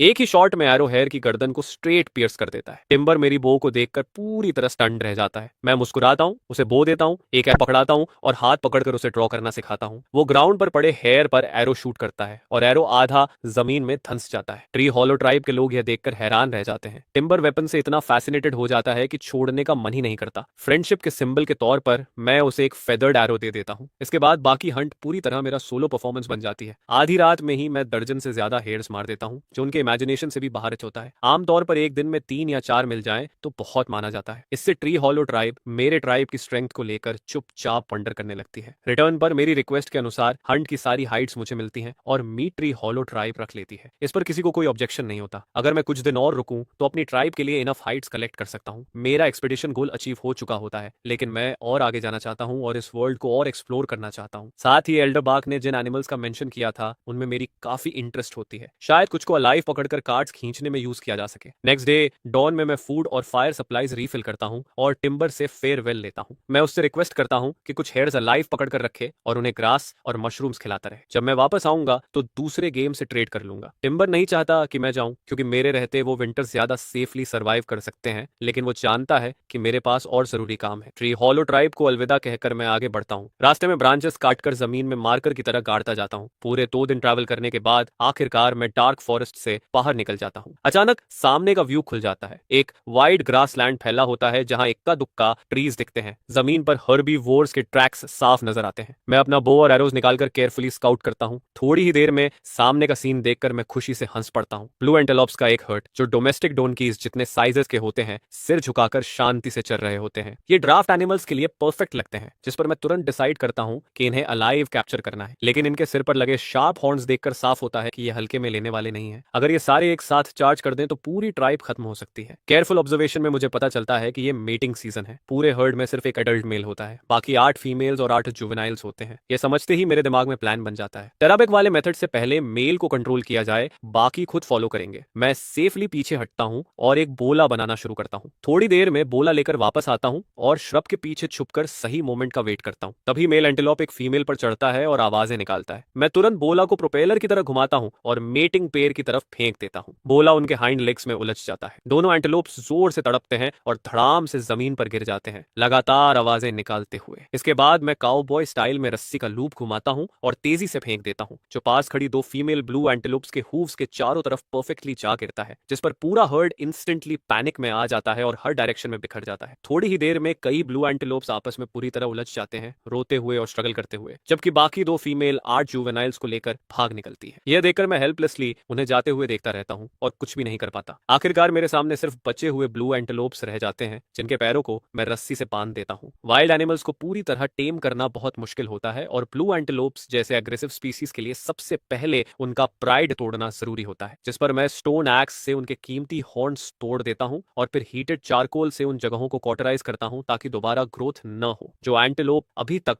वायलेंटली स्ट्रगल कर रहा होता है वो धीरे धीरे बिल्कुल डोसाइल हो जाता है, जैसे कोई शांत सा बर्ड। फिर मैं रस्सी निकालता हूँ, मेल एंटेलोप को सबसे आगे लीडर की तरह बांधता हूँ और बाकी सभी को चेन में जोड़ देता हूँ। जब तक यह सब खत्म होता है तब तक आसमान लगभग डार्क हो चुका होता है। इसके बाद मैं उन्हें एक छोटे स्ट्रीम के पास ले जाता हूँ और डिनर के लिए ड्राइड हेयर मीट पकाता हूँ। स्ट्रीम के नॉर्थ ईस्ट में एक कलरफुल स्टोन माउंटेन उभरता हुआ दिखता है, जो सेटिंग सन की लाइट में brilliant multi coloured glow reflect करता है। सिर्फ कलर्स देखकर ही मैं समझ जाता हूँ कि यह एक अबैंडन्ड मिनरल वेन है, जहाँ मल्टीपल मिनरल्स साथ मौजूद है। ये डिस्कवरी मुझे अंदर तक थ्रिल कर देती है। मैं इन्वेस्टिगेट करना चाहता हूँ, लेकिन तब तक पूरा अंधेरा हो चुका होता है, जिस पर फिलहाल मुझे अपनी एक्साइटमेंट दबानी पड़ती है। अगले दिन जैसे ही डॉन ब्रेक होता है, एक हलचल मुझे जगा देती है। सामने का सीन देखकर मैं खुशी से उछल पड़ने वाला होता हूँ। जिस ग्रोव में मैंने ब्लू एंटेलोप्स बांधे थे, वहीं कल भागी हुई 2 फीमेल वापस आ जाती हैं, अपने 8 जुवेनाइल्स के साथ। इतना ही नहीं, वो अपने साथ एक और अडल्ट मेल भी ले आती है। मैं चुपचाप बुशेस में छिप जाता हूँ और वही स्ट्रैटेजी दोहराता हूँ। कुछ और मैन्यूवर्स के बाद मेरी एंटेलोप टीम 7 से बढ़कर 18 हो जाती है। तब तक पूरी तरह दिन निकल चुका होता है। हाई स्पिरिट्स में मैं मेल एंटेलोप पर सवार सवार होकर रेनबो रिज की तरफ बढ़ता हूँ। ये जगह सच में ट्रेजर्स से भरी हुई होती है। केयरफुल ऑब्जर्वेशन के बाद मुझे पता चलता है कि ये एक रिच कॉपर माइन है। जो बाकी कलर्स दिखते हैं वो कॉपर ओर के साथ जुड़े हुए मिनरल्स होते हैं। इन ओर्स के साथ ब्रॉन्ज टूल्स बनाना अब कोई दूर का सपना नहीं लगता। एसोसिएटेड मिनरल्स के भी अपने यूसेस होते हैं। ऑरेंज कलर का मिनरल रियलगर होता है जो मेडिसिन के काम आता है। एक्सटर्नली लगाने पर स्नेक और इंसेक्ट बाइट्स ठीक करता है और इंटरनली लेने पर पैरासाइट्स खत्म करता है। व्हाइट सब्सटेंस क्विन क्ले होती है जो आयन स्मेल्टिंग के लिए क्रूसिबल्स बनाने में यूज होती है। बड़े बड़े रेड माउंट्स असल में टर्माइट नेस्ट्स होते हैं और उनके अंदर की वेदर्ड सॉइल पॉटरी के लिए एक्सेलेंट मटेरियल बनती है। कन्वीनियंटली रेनबो रिज मेरी ट्राइब से सिर्फ 3 दिन की वॉक पर होता है और अगर ब्लू एंटेलोप्स कार्ड्स खींचे तो ये जर्नी और भी फास्ट हो सकती है। बस लौटकर पहले एक ब्रिज बनानी होगी। फ्यूचर प्लानिंग के बाद मैं आसपास के सीनरी को फील करता हूँ। रेनबो रिज के ईस्ट में वाटर सिस्टम काफी रिच होता है जो एंडलेस मार्शलैंड्स बनाता है। माउंटेन के बेस पर लश वाटर प्लांट्स जानवरों और प्लांट्स दोनों के लिए पैराडाइज बनाते हैं। Knee high rye grass, waist high pasture grass और ट्रीज जितनी ऊंची एलिफेंट ग्रास यहाँ उगती हैं जो हर्बीवोर्स की फेवरेट होती हैं। ट्राइब की केव के सामने का क्लियरिंग इन पास्चर ग्रासेस को उगाने के लिए परफेक्ट लगता है। मेरा रैबिट रेजिंग प्लान और ये ब्लू एंटेलोप्स जो फ्यूचर में लेबरर्स बनेंगे सब इन्हीं ग्रासेस पर डिपेंड करेंगे। यहाँ वाटर लीक्स और वाटर सेलरी भी होती हैं जिन्हें साथ ले जाकर विटामिन की कमी पूरी की जा सकती है। आधी आफ्टरनून में मैं ग्रास सीड्स से भरा एक बैग कलेक्ट करता हूँ, उसे एक फीमेल एंटेलोप की पीठ पर बांधता हूँ और डिनर की तलाश में निकल पड़ता हूँ। थोड़ी ही देर में 5 मीटर विंग स्पैन वाला एक थंडर गूज आसमान से गिरता है जिस पर मेरी 2 एरोज लगी होती हैं। मैं एरो फ्लेचिंग के काम आने वाले सारे फीदर्स निकाल लेता हूँ। पूरा बर्ड रोस्ट करने का प्लान होता है ताकि मेरे बास्केट में ऑलमोस्ट खत्म हो चुके ड्राइड हेयर मीट को रिप्लेनिश किया जा सके। लेकिन जैसे ही मैं पानी के किनारे बैठकर गूज को काट रहा होता हूँ एक अनएक्सपेक्टेड डिस्कवरी मुझे ऑलमोस्ट रुला देती है। बर्ड के स्टमक में मुझे अनडिजेस्टेड राइस ग्रेन्स मिलते हैं। इतना ही नहीं, ये राइस मेरे लिए पूरी तरह अनफेमिलियर होती है। हर ग्रेन मंग बीन से भी बड़ा होता है। यह इस वर्ल्ड में मिला मेरा पहला ग्रेन क्रॉप होता है। उसी पल मेरे दिमाग में एक ही थॉट आता है, मुझे इसे ढूंढना ही होगा। उस रात मैं बिल्कुल रेस्ट नहीं करता। ट्री ब्रांचेस इकट्ठा करता हूँ और मार्श में जाने के लिए अर्जेंटली इक्विपमेंट बनाना शुरू करता हूँ। एनिमल से पहले मुझे उस राइस को हार्वेस्ट करना ही होगा। अगली सुबह जल्दी मैं अपनी सिंपल डग आउट कनू उठाता हूँ, थोड़ा डीप वाटर वाला स्पॉट ढूंढता हूँ और मार्शलैंड्स के अंदर पैडल करता हुआ निकल जाता हूँ। इधर शैडो फॉरेस्ट में टिम्बर अपनी ट्राइब को जायंट हेयर्स पकड़ने के लिए लीड कर रहा होता है। मेरी जरूरत और अपनी ट्राइब दोनों को पूरा करने के लिए पूरा ट्राइब दिन रात काम करता है। सिर्फ फिल्टर और 6 साल से छोटे बच्चों को कैंप गार्ड करने के लिए छोड़ा जाता है। यील्ड बढ़ाने के लिए टिम्बर एग्रेसिव मेथड्स अपनाता है। हेयर बरो मिलते ही उन्हें सीधे खोद दिया जाता है और अगर हेयर्स बाहर नहीं निकलते तो फायर और स्मोक यूज किया जाता है। यह मेथड इफेक्टिव साबित होती है और वो कई हेयर्स पकड़ लेता है जिनमें न्यूबॉर्न हेयर्स के कई लिटर्स भी शामिल होते हैं। लेकिन यही हंटिंग मेथड उनकी ट्राइब के लिए डिजास्टर बन जाती है। इस सीजन में हर ट्राइब फूड स्टोर कर रही होती है और कैनिबल ट्राइब भी अलग नहीं होती। उनका फूड सोर्स इंसान होते हैं। जो भी उनके हाथ लगता है उसका फेट तय होता है। मर्दों को खा लिया जाता है और औरतों को ब्रीडिंग या लेबर के लिए रखा जाता है। जिस दिन मैं मर्सलैंड्स के अंदर गहराई में होता हूँ उसी दिन टिम्बर के फायर से उठती स्मोक कैनिबल ट्राइब के हंटिंग पार्टी को अट्रैक्ट कर लेती है। यह स्क्वाड करीब 40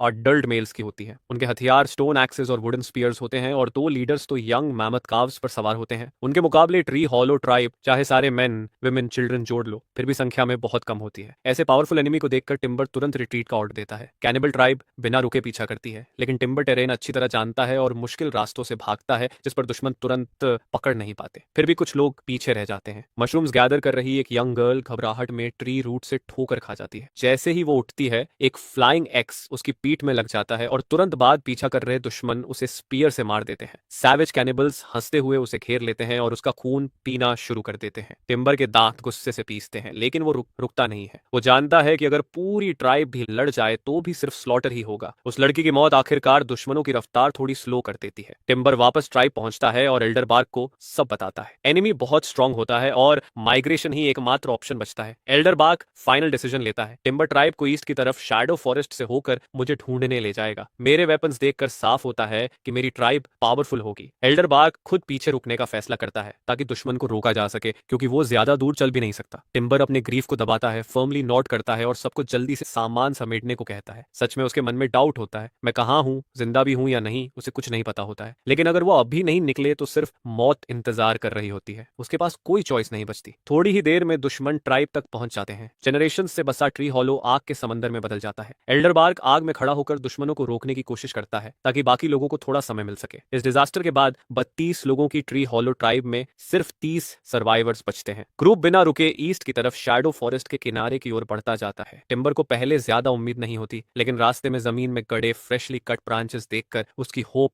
तुरंत लौट आती है। सिर्फ 1.5 दिन में वो फॉरेस्ट के आउटर एज तक पहुंच जाते हैं। बाहर निकलते ही शाम हो चुकी होती है। हैं। सेटिंग सन के नीचे आसमान गहरा लाल दिखता है। ट्री हॉलो ट्राइब के लोग यह नजारा देखकर मेस्मराइज्ड हो जाते हैं, क्योंकि यह उनका पहली बार आउटसाइड वर्ल्ड देखना होता है। लेकिन टिम्बर की भौहें अब भी तनी रहती हैं। मार्कर्स यहीं खत्म हो जाते हैं और उसे नहीं पता कि आगे कहाँ ढूंढे। और तभी जब वो खुद को लॉस्ट फील कर रहा होता है, स्ट्रीम के पास आग के निशान उसे दिखाई देते हैं। जैसे ही वो थोड़ा आगे बढ़ता है, उसे सॉफ्ट कीचड़ में बहुत सारे एनिमल ट्रैक्स दिखते हैं, जिनमें मेरी अजीब फुटवेयर के क्लियर बूट प्रिंट्स भी होते हैं। यह देखकर टिम्बर राहत की एक लंबी सांस लेता है। उसे समझ आ जाता है कि मैं यहीं कहीं आसपास ही हूँ, जिस पर वो सभी ट्राइब मेंबर्स को यहीं रात के लिए कैंप लगाने को कह देता है। तब टिम्बर अपनी ट्राइब को डेस्परेट हालत में लेकर भाग रहा होता है और इधर मैं मार्श की गहराई में ध्यान से सर्च करता रहता हूँ। डेंस रीड्स के बीच राइस ढूंढना आसान नहीं होता, लेकिन तभी अचानक एक आइडिया दिमाग में चमकता है। वाटर बर्ड्स को यह राइस बहुत पसंद होती है, तो मुझे बस वहीं देखना है जहां वाटर बर्ड्स इकट्ठा होते हैं। यह सोचते ही मैं तुरंत एक्शन में आ जाता हूँ। डगआउट कनू चलाते हुए मैं वुडन स्टिक से पानी की सरफेस पर जोर जोर से मारता हूँ। अचानक पास के रीड बेड से पानी के बर्ड्स का एक झुंड तेज आवाज के साथ उड़ान भरता है। मैं तेजी से उसी डायरेक्शन में पैडल करता हूँ जहां से बर्ड्स उड़ते हैं। डिस्टेंस कम होते ही सामने एक छोटा सा एरिया दिखाई देता है जहां राइस के स्टॉक्स लगे होते हैं। मेरी आंखें खुशी से चमक उठती हैं, दिल के अंदर एक्साइटमेंट भर जाती है। यही वो वाइल्ड राइस होती है जिसे मैं ढूंढ रहा था। मैं और तेज पैडल करता हूँ और शैलो वेटलैंड की तरफ बढ़ता हूँ। लेकिन जैसे ही मेरी छोटी बोट अपने डेस्टिनेशन के करीब पहुंचती है, पीछे से अचानक इंसानों की आवाजें सुनाई देती हैं। आवाज की तरफ देखकर मैं देखता हूँ कि कुछ नेकेड प्रिमिटिव लोग पानी की सरफेस पर तैरते हुए ड्रिफ्टवुड पकड़े मेरी तरफ हाथ हिला रहे होते हैं और लगातार चिल्ला रहे होते हैं। उनके चेहरे पर अर्जेंसी साफ दिखती है। ये लोग इसी वेटलैंड में रहने वाली मार्श ट्राइब से होते हैं। इस ट्राइब की पॉपुलेशन करीब 50 के आसपास होती है। इस वक्त वो लोग विंटर के लिए फूड कलेक्ट कर रहे होते हैं, वाटर चेस्टनट्स। अचानक उन्हें एक इंसान दिखता है जो पानी पर तैरती एक अजीब चीज पर बैठा हुआ उस जगह की तरफ बढ़ रहा होता है जिसे उनके एल्डर फॉरबिडन डेथ जोन कहते हैं। गुडविल में मार्श ट्राइब की गैदरिंग टीम की लीडर विलो घबराकर मुझ पर चिल्लाती है ताकि मैं आगे न जाऊं। दुर्भाग्य से मैं उनकी लैंग्वेज समझ नहीं पाता और बस कंफ्यूज्ड होकर उन्हें देखता रहता हूं। जब विलो देखती है कि मैं रिएक्ट नहीं कर रहा, तो वो तुरंत मेरी तरफ तैर कर आती है। जब तक मैं कुछ समझ पाता, विलो मेरी बोट के पास पहुंच चुकी होती है। वो उस रीड बेड की तरफ इशारा करती है जहां बहुत सारी राइस उग रही होती है और लगातार चिल्लाती रहती है। उसके फेस पर डर और एंग्जाइटी साफ दिखती है। यह देखकर मुझे समझ आता है कि वो कोई हार्म नहीं करना चाहती, जिस पर मैं थोड़ा रिलैक्स हो जाता हूँ। लेकिन उसके एक्सप्रेशन से साफ लगता है कि वो मुझे उस जगह के डेंजर के बारे में वार्न कर रही है। मैं इशारों में एक वाइल्ड बीस्ट की तरह एक्ट करता हूँ, जानवर की आवाज निकालता हूँ और फिर रीड बेड की तरफ इशारा करता हूँ। विलो सिर हिला देती है, फिर वो मेरी तरफ और फिर उस जगह की तरफ इशारा करती है। इसके बाद पानी की सरफेस पर हाथ रखकर धीरे नीचे जाने का जेस्चर करती है, जैसे बता रही हो कि वहां जाने पर मैं डूब जाऊंगा। मैं विलो की बात समझ जाता हूँ और उसकी काइंडनेस पर अंदर से थैंकफुल फील करता हूँ। लेकिन मैंने पूरी प्रिपरेशन कर रखी होती है, इसलिए अब पीछे हटने का कोई रीजन नहीं होता। मैं पैडल करता हुआ फर्मली रीड बेड की तरफ पड़ता हूँ। विलो फिर से घबराकर चिल्लाती है, लेकिन अब वो पास नहीं आती। अगले ही पल वो और बाकी सब लोग हैरानी से देख रहे होते हैं। मैं अपने पैरों के नीचे 2 बोर्ड जैसी चीजें बांधता हूँ और हाथ में एक बड़ा स्क्वायर विकर शील्ड पकड़ लेता हूँ। बस इसी तरह मैं कामली फॉरबिडन डेथ जोन पर कदम रख देता हूँ और डूबता नहीं हूँ। यह सीन देखकर हर कोई शॉक्ड रह जाता है। उन्होंने कभी किसी इंसान को डेथ जोन पर चलते नहीं देखा होता। हालांकि बाहर से मैं काम दिखता हूँ, लेकिन असल में सिचुएशन उतनी ईजी नहीं होती। रीड्स के नीचे पूरी कीचड़ होती है, मड वॉकर्स उसमें धंसते हैं और हर कदम उठाने में बहुत ताकत लगती है। काफी स्ट्रगल के बाद मैं आखिरकार उस छोटे से राइस पैच तक पहुंच जाता हूँ। हर राइस प्लांट करीब 2 मीटर ऊंचा होता है और हर स्टॉक पर भरे हुए गोल्डन राइस ईयर्स लगे होते हैं। मैं पहले से तैयार किया हुआ हाइट सैक निकालता हूँ और तेजी से राइस स्ट्रिप करना शुरू करता हूँ। तब तक नहीं रुकता जब तक हर प्लांट खाली ना हो जाए। इसके बाद मैं 2 फुल बैग्स वाइल्ड राइस लेकर वापस अपनी पोर्ट तक आता हूँ। खुशी खुशी मैं होम पैडल करने और अपनी एग्रीकल्चरल एरा शुरू करने की तैयारी करता हूँ। लेकिन थोड़ी ही दूर जाने पर मार्श ट्राइब के लोग मुझे घेर लेते हैं। वो मेरी राफ्ट पर रखे भारी बैग्स को देखते हैं और हैरान होते हैं कि फिर भी ये चीज पानी पर तैर रही है। उनकी आंखों में एक्साइटमेंट आ जाती है। उन्हें समझ आ जाता है कि ये फ्लोटिंग थिंग सिर्फ इंसान ही नहीं बल्कि सामान भी ढो सकती है। कुछ क्लेवर लोग तुरंत इमेजिन करने लगते हैं कि इसी बोट से वाटर चेस्टनट्स कलेक्ट किए जा सकते हैं। मैं थोड़ी अनोयंस फील करता हूँ, लेकिन यह देखकर कि उनका इंटेंशन गलत नहीं है, मैं गुस्सा नहीं होता। विलो मेरी दबाई हुई इरिटेशन देख लेती है और तुरंत जेस्चर्स में पूछती है कि क्या मैं उन्हें यह बनाना सिखा सकता हूँ। मैं चारों तरफ पानी में खड़े लोगों को देखता हूँ जिनकी स्किन भीगी हुई और सूजी हुई होती है और मुझे याद आता है कि इन्होंने मुझे पहले वार्न किया था। यह सोचकर मैं तुरंत अग्री कर जाता हूँ। मैं उन्हें ड्रिफ्टवुड लॉग्स एक लाइन में इकट्ठा करने का इशारा करता हूँ, फिर रीड्स इकट्ठा करके ग्रास रोप की तरह यूज करता हूँ और सारे लॉग्स को बांध देता हूँ। इसके बाद मैं विलो को ऊपर चढ़ने को कहता हूँ। जैसा सोचा था, राफ्ट पानी पर स्टेडी रहती है। विलो एक्साइटमेंट से चिल्लाने लगती है और बाकी ट्राइब मेंबर्स को बुलाती है, लेकिन ये राफ्ट सिर्फ 2 लोगों को ही संभाल पाती है, तीसरा बैठते ही पलट सकती है। जो लोग राफ्ट पर नहीं बैठ पाते वो विलो को देखकर थोड़ा जेलस फील करते हैं, लेकिन विलो बहुत खुश होती है क्योंकि उसे पता होता है कि ये मेथड सिंपल है और मटेरियल उनकी ट्राइब में आसानी से मिल जाता है। यह सोचकर वो ग्रेटिट्यूड के साथ मुझे इन्वाइट करती है कि मैं मार्श ट्राइब आऊं, लेकिन मैं मना कर देता हूं। मार्शलैंड के बाहर अभी भी ब्लू एंटलोप्स मेरा इंतजार कर रहे होते हैं। विलो इंसिस्ट नहीं करती, वो मुझे एग जितना बड़ा एक जायंट वाटर चेस्टनट देती है टोकन के तौर पर और कहती है कि फ्यूचर में अगर कभी प्रॉब्लम हो तो इसे लेकर उनकी ट्राइब के पास आ सकता हूँ। मैं मुस्कुराकर वाटर चेस्टनट एक्सेप्ट करता हूँ। बिना रेस्ट किए मैं राइस सीड्स के 2 बैग्स लेकर रेनबो रिज के नीचे ग्रास लैंड की तरफ निकल पड़ता हूँ। इस इमरजेंसी हार्वेस्ट में मुझे करीब 60 पाउंड ग्रेन मिल जाता है, लेकिन मैं एक दाना भी खाने का मन नहीं करता। बस इन्हें सेफली घर ले जाकर नेक्स्ट स्प्रिंग में प्लांट करना चाहता हूँ। लेकिन फार्मिंग करनी है तो टूल्स भी चाहिए, इसलिए मुझे और कॉपर और टिन और इकट्ठा करनी होगी ताकि वापस जाकर फार्मिंग टूल्स मेल्ट कर सकूं। जिस शाम टिम्बर शैडो फॉरेस्ट से बाहर निकलता है उसी वक्त मैं रेनबो रिज के दूसरी तरफ छोटे ग्रासलैंड में बैठकर फैटी रोस्टेड बीवर खा रहा होता हूँ और बड़े बास्केट्स बुन रहा होता हूँ ताकि नेक्स्ट डे माइनिंग का काम किया जा सके। लेकिन रेनबो रिज के वेस्ट साइड पर टिम्बर की हालत बहुत खराब होती है। भागते वक्त वो फायर सप्लाईज नहीं ला पाए होते। पिछले 2 दिनों से उन्होंने बस ड्राइड मीट खाया होता है। रात में ठंड और भूख के कारण वो लोग एक दूसरे से सटकर सोते हैं। अगली सुबह डॉन होते ही मैं एनर्जी के साथ ब्लू एंटलोप्स को वेस्ट साइड की तरफ ले जाता हूँ। रेनबो रिज के वेस्टर्न बेस पर टिम्बर वाइल्ड फ्रूट्स बांट रहा होता है। तभी कुछ ट्राइब मेंबर्स एक्साइटेड होकर रिज की तरफ इशारा करते हैं और चिल्लाने लगते हैं। दूर उन्हें एक यंग मैन बैर स्टोन माउंटेन पर दिखता है जो 4 पैरों वाले जानवरों के ग्रुप को धीरे धीरे आगे ले जा रहा होता है। नीचे से आती आवाज सुनकर मैं भी स्ट्रीम की तरफ देखता हूँ और ट्री होलो ट्राइब को पहचान लेता हूँ। करीब 10 मिनट बाद टिम्बर ग्रुप को लेकर स्लोप चढ़ता हुआ मेरे पास आता है। उनकी हालत देखकर मेरी भौहें सिकुड़ जाती हैं। बच्चे तक साथ लाए होते हैं और सब गंदे होते हैं। मुझे दोबारा देखकर टिम्बर अंदर तक हिल जाता है। उसे पता था कि मैं हॉर्न्ड एनिमल्स ढूंढने गया हूँ, लेकिन उसने कभी इमेजिन नहीं किया था कि मैं सच में उन्हें पकड़ लूंगा, वो भी अलाइव। यह काम तो मैमथ काव्स पर सवार कैनिबल वॉरियर्स भी नहीं कर सकते। इस वक्त टिम्बर की नजर में मैं किसी डेटी से कम नहीं होता। मैं देखता हूँ कि हर किसी के हाथ में बस एक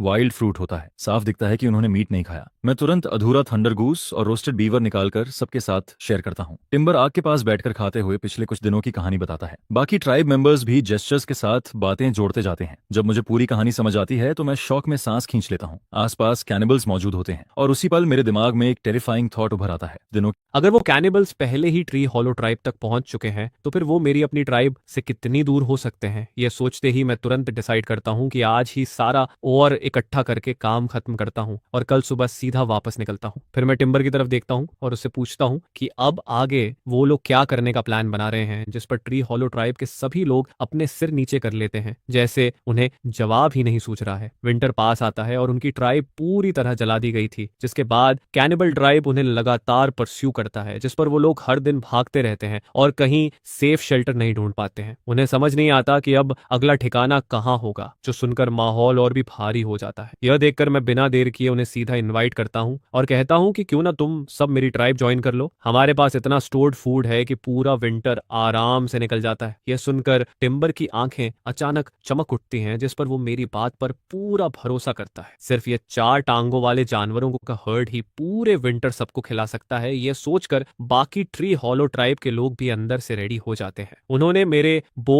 और एरोस की ताकत देखी थी, जिस पर उन्हें लगता है कि ऐसे वेपन्स के साथ उन्हें कभी प्रे की कमी नहीं होगी और कोई दुश्मन उन्हें बुली नहीं कर पाएगा। इसलिए वो सब उम्मीद भरी नजरों से टिम्बर को देखते हैं कि उनका चीफ हाँ कह दे, जिस पर टिम्बर खुद भी अंदर से टेम्प्टेड है, लेकिन चीफ होने के नाते उसे थोड़ा कॉशियस रहना पड़ता है। फिर थोड़ी देर हेजिटेट करने के बाद वो मुझसे पूछता है, तुम हमें अपनी ट्राइब ज्वाइन करने को कह रहे हो, लेकिन क्या तुम्हारा चीफ मान जाएगा? यह सुनकर मैं जोर से हंसता हूँ और कहता हूँ कि इसकी चिंता मत करो, क्योंकि चीफ मैं ही हूँ। यह सुनकर टिम्बर का चेहरा डिसबिलीफ से भर जाता है। उसे यकीन नहीं होता कि मैं इतना यंग बॉय एक्चुअली एक ट्राइब का चीफ हूँ। लेकिन फिर वो थोड़ी देर सोचता है और उसे मेरे एबिलिटीज याद आते हैं। जो काम मैंने किए थे वो शायद कोई अडल्ट भी ना कर पाता, जिस पर उसका शक धीरे धीरे खत्म हो जाता है। आखिरकार वो बिना और हेजिटेशन के मेरी बात मान लेता है। उनकी सारी चिंता दूर करने के लिए मैं सीधे अपना बोन स्पीयर टिम्बर को दे देता हूँ, स्टोन एक्स बेसिन नाम के आदमी को देता हूँ, और जो विकर शील्ड मैंने राइस हार्वेस्ट करते वक्त बनाया था वो स्टंप नाम के ट्राइब मेंबर को दे देता हूँ। मैं जानता हूँ कि जैसे ही मैं उन्हें अपने वेपन्स देता हूँ वो समझ जाएंगे कि मेरा कोई बुरा इरादा नहीं है, जिस पर सच में उनके चेहरे पर मुस्कान फैल जाती है। टिम्बर फिर वो रैबिट्स लेकर आता है जिन्हें मैंने उसे जिंदा पकड़ने को कहा था, और वो 30 से भी ज्यादा होते हैं, छोटे बड़े सब मिलाकर। यह देखकर मैं एक्साइटमेंट मुश्किल से कंट्रोल करता हूँ, क्योंकि रैबिट्स हर 2 महीने में नया लिटर देते हैं, जिस पर मेरी ट्राइब को हाइड्स की कभी कमी नहीं होगी। ब्रेकफास्ट के बाद टिम्बर सोचता है कि हम तुरंत निकल जाएंगे, लेकिन उसकी हैरानी तब बढ़ती है जब मैं माउंटेन पर रॉक्स खोदना शुरू कर देता हूँ। वो पूछता है कि इनकी क्या जरूरत है, जिस पर मैं बताता हूँ हूँ कि इन रॉकस से मैं और बेहतर वेपन्स बना सकता हूँ, और बेटर वेपन्स के साथ हम इतना फूड हंट करते हैं कि दिन में 3 मील्स में भी खत्म नहीं होता। यह सुनकर टिम्बर पूरी तरह स्टन्ड रह जाता है, क्योंकि ऐसी लाइफ उसने कभी इमेजिन भी नहीं की थी। बिना मेरे कहे ही सब लोग डिगिंग में मदद करने लगते हैं, जिस पर दर्जनों हाथ मिलकर काम करते हैं और एक्सकेवेशन बहुत तेज हो जाता है। दोपहर तक हम सारे बड़े बास्केट्स भर लेते हैं, जिनमें कॉपर रिच मैलेकाइट, सेलेनियम ओर, रेड टमाइट, माउंट क्ले और काउलिन जैसी चीजें शामिल होती हैं, जिनसे क्रूसिबल्स और कास्टिंग मोल्ड्स बनते हैं। जल्द ही सब कुछ पैक हो जाता है और मैं डोजन्स लोगों के ग्रुप को लीड करते हुए जर्नी शुरू करता हूँ। हर ब्लू एंटीलोप की पीठ पर 2 वोवन बास्केट्स लदे होते हैं, जिनमें और फॉडर, रैबिट्स और सीड्स भरे होते हैं। हम तेज नहीं चलते, बल्कि रास्ते में मैं टिम्बर और उसके लोगों को वेपन्स यूज करना सिखाता हूँ, जिस पर वो ध्यान से सीखते हैं। नाइटफॉल तक हम एक वाइड क्लियरिंग ढूंढते हैं, जहां डिनर करके रेस्ट करते हैं। रात का पहला हिस्सा शांत गुजरता है, सिर्फ कैंपफायर की क्रैकलिंग आवाज सुनाई देती है। लेकिन दूसरी आधी रात में जब मैं जमीन पर लेटा होता हूँ तो अचानक वाइब्रेशंस फील करता हूँ, जैसे कुछ मैसिव चीज मूव कर रही हो। मुझे तुरंत टिम्बर की वो बात याद आती है जिसमें उसने लॉन्ग नोज्ड बीस्ट्स का जिक्र किया था, जिस पर मैं तुरंत सबको जगा देता हूँ, उन्हें खींच कर उठाता हूँ और सारे फायर्स बुझाने का ऑर्डर देता हूँ। तभी 2 तेज और यंग ट्रम्पेटिंग कॉल्स हवा चीरते हैं और दूर फायरलाइट में 2 ह्यूज सिलुएट्स दिखते हैं। फिर मैं दर्जनों फिगर्स देखता हूँ, जिनके हाथ में टॉर्चेस और वेपन्स होते हैं और उनकी गर्दन में ह्यूमन बोन्स की नेकलेसेस लटक रही होती हैं। एलिफेंट पर बैठा उनका लीडर हाथ हिलाता है, जिस पर पूरा ग्रुप सैवेज इरादे से हमारी तरफ चार्ज करता है। मेरी पास्ट लाइफ का कॉम्बैट एक्सपीरियंस मुझे अजीब तरह से काम रखता है, जिस पर मैं जल्दी जल्दी ऑर्डर्स देता हूँ। पोर्टर को कहता हूँ कि वो ग्रुप को नॉर्थ की तरफ डिटूर से ले जाए ताकि वो एस्केप कर सके, और टिम्बर, बेसन और स्टंप मेरे साथ रियर गार्ड में रहते हैं। हम सिर्फ 4 हैं, लेकिन मैं दोनों साइड्स के इक्विपमेंट देखकर टैक्टिक्स बना लेता हूँ। एनिमी के पास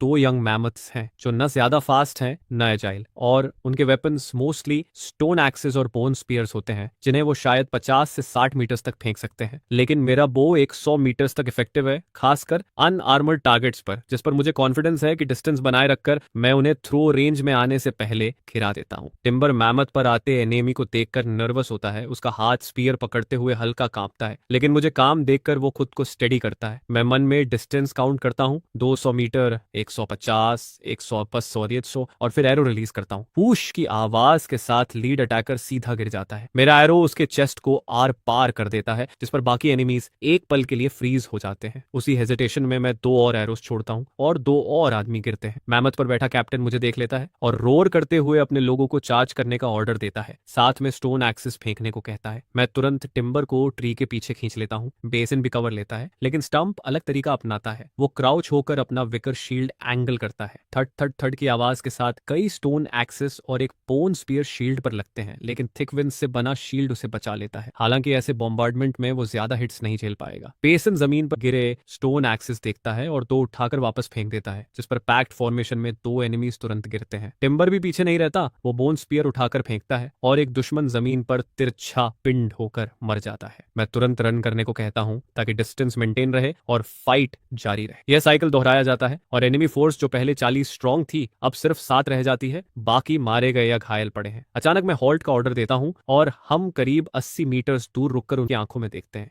मैमथ राइडिंग लीडर कंफ्यूज होता है कि हम भागना क्यों बंद कर देते हैं, लेकिन रेंज में फिर चार्ज करता है। मैं सांस स्टेडी करता हूं, बो उठाता हूं और 70 मीटर्स पर एरो छोड़ता हूं, जो उसकी राइट आई में जा लगता है। वो मैमथ से गिरता है और बीस्ट के रियर लेग के नीचे आकर तुरंत मर जाता है। यंग मैमथ अपने पैर के नीचे कुछ सॉफ्ट फील करता है, पीछे देखता है और शॉक में फ्रीज हो जाता है। बाकी एनिमीज कंफ्यूज्ड हैं, लेकिन फिर भी चार्ज करते हैं, जिस पर मैं काउंटर अटैक का ऑर्डर देता हूं। 3 बोन स्पीयर्स और 1 एरो एक साथ उड़ते हैं और 3 और दुश्मन गिरते हैं। अब सिर्फ 3 बचे हैं जो डर कर भागते हैं। दूसरे मैमथ पर बैठा आदमी बीस्ट घुमाने की कोशिश करता है, फिर कूद जाता है, लेकिन मेरा एरो उसके जमीन छूने से पहले ही चेस्ट में लग जाता है, जिस पर वो कुछ कदम डगमगाकर गिर जाता है। टिम्बर और उसके 2 साथी आगे बढ़ते हैं और 3 स्टोन एक्सिस हवा में सीटी बजाते हुए आखिरी 2 एनिमीज को गिरा देते हैं। इस तरह जंगल की यह परस्यूट और गेरिल्ला बैटल आखिर खत्म होता है। टिम्बर और उसके 2 आदमी यकीन नहीं कर पाते कि सिर्फ हम 4 ने 40 लोगों को हरा दिया और 2 यंग मैमथ्स भी कैप्चर कर लिए। बीस्ट्स अपने हैंडलर्स खोकर वहीं खड़े कंफ्यूज्ड दिखते हैं। मैं तुरंत नए ऑर्डर्स देता हूँ। स्टंप यहाँ वेट करता है, बेजन हमारे लोगों को वापस लाता है और टिम्बर मेरे साथ आता है ताकि जो अभी पूरी तरह डेड नहीं हुए हैं उन्हें खत्म किया जा सके। तो तीनों मेरी बात मानते हैं और फिर अलग अलग दिशा में फैल जाते हैं, जिस पर मैं अपने एरोज वापस इकट्ठा करता हूँ और जो बोन स्पीयर्स और स्टोन एक्सिस सही सलामत पड़े होते हैं उन्हें भी कलेक्ट करता हूँ। लेकिन तभी वो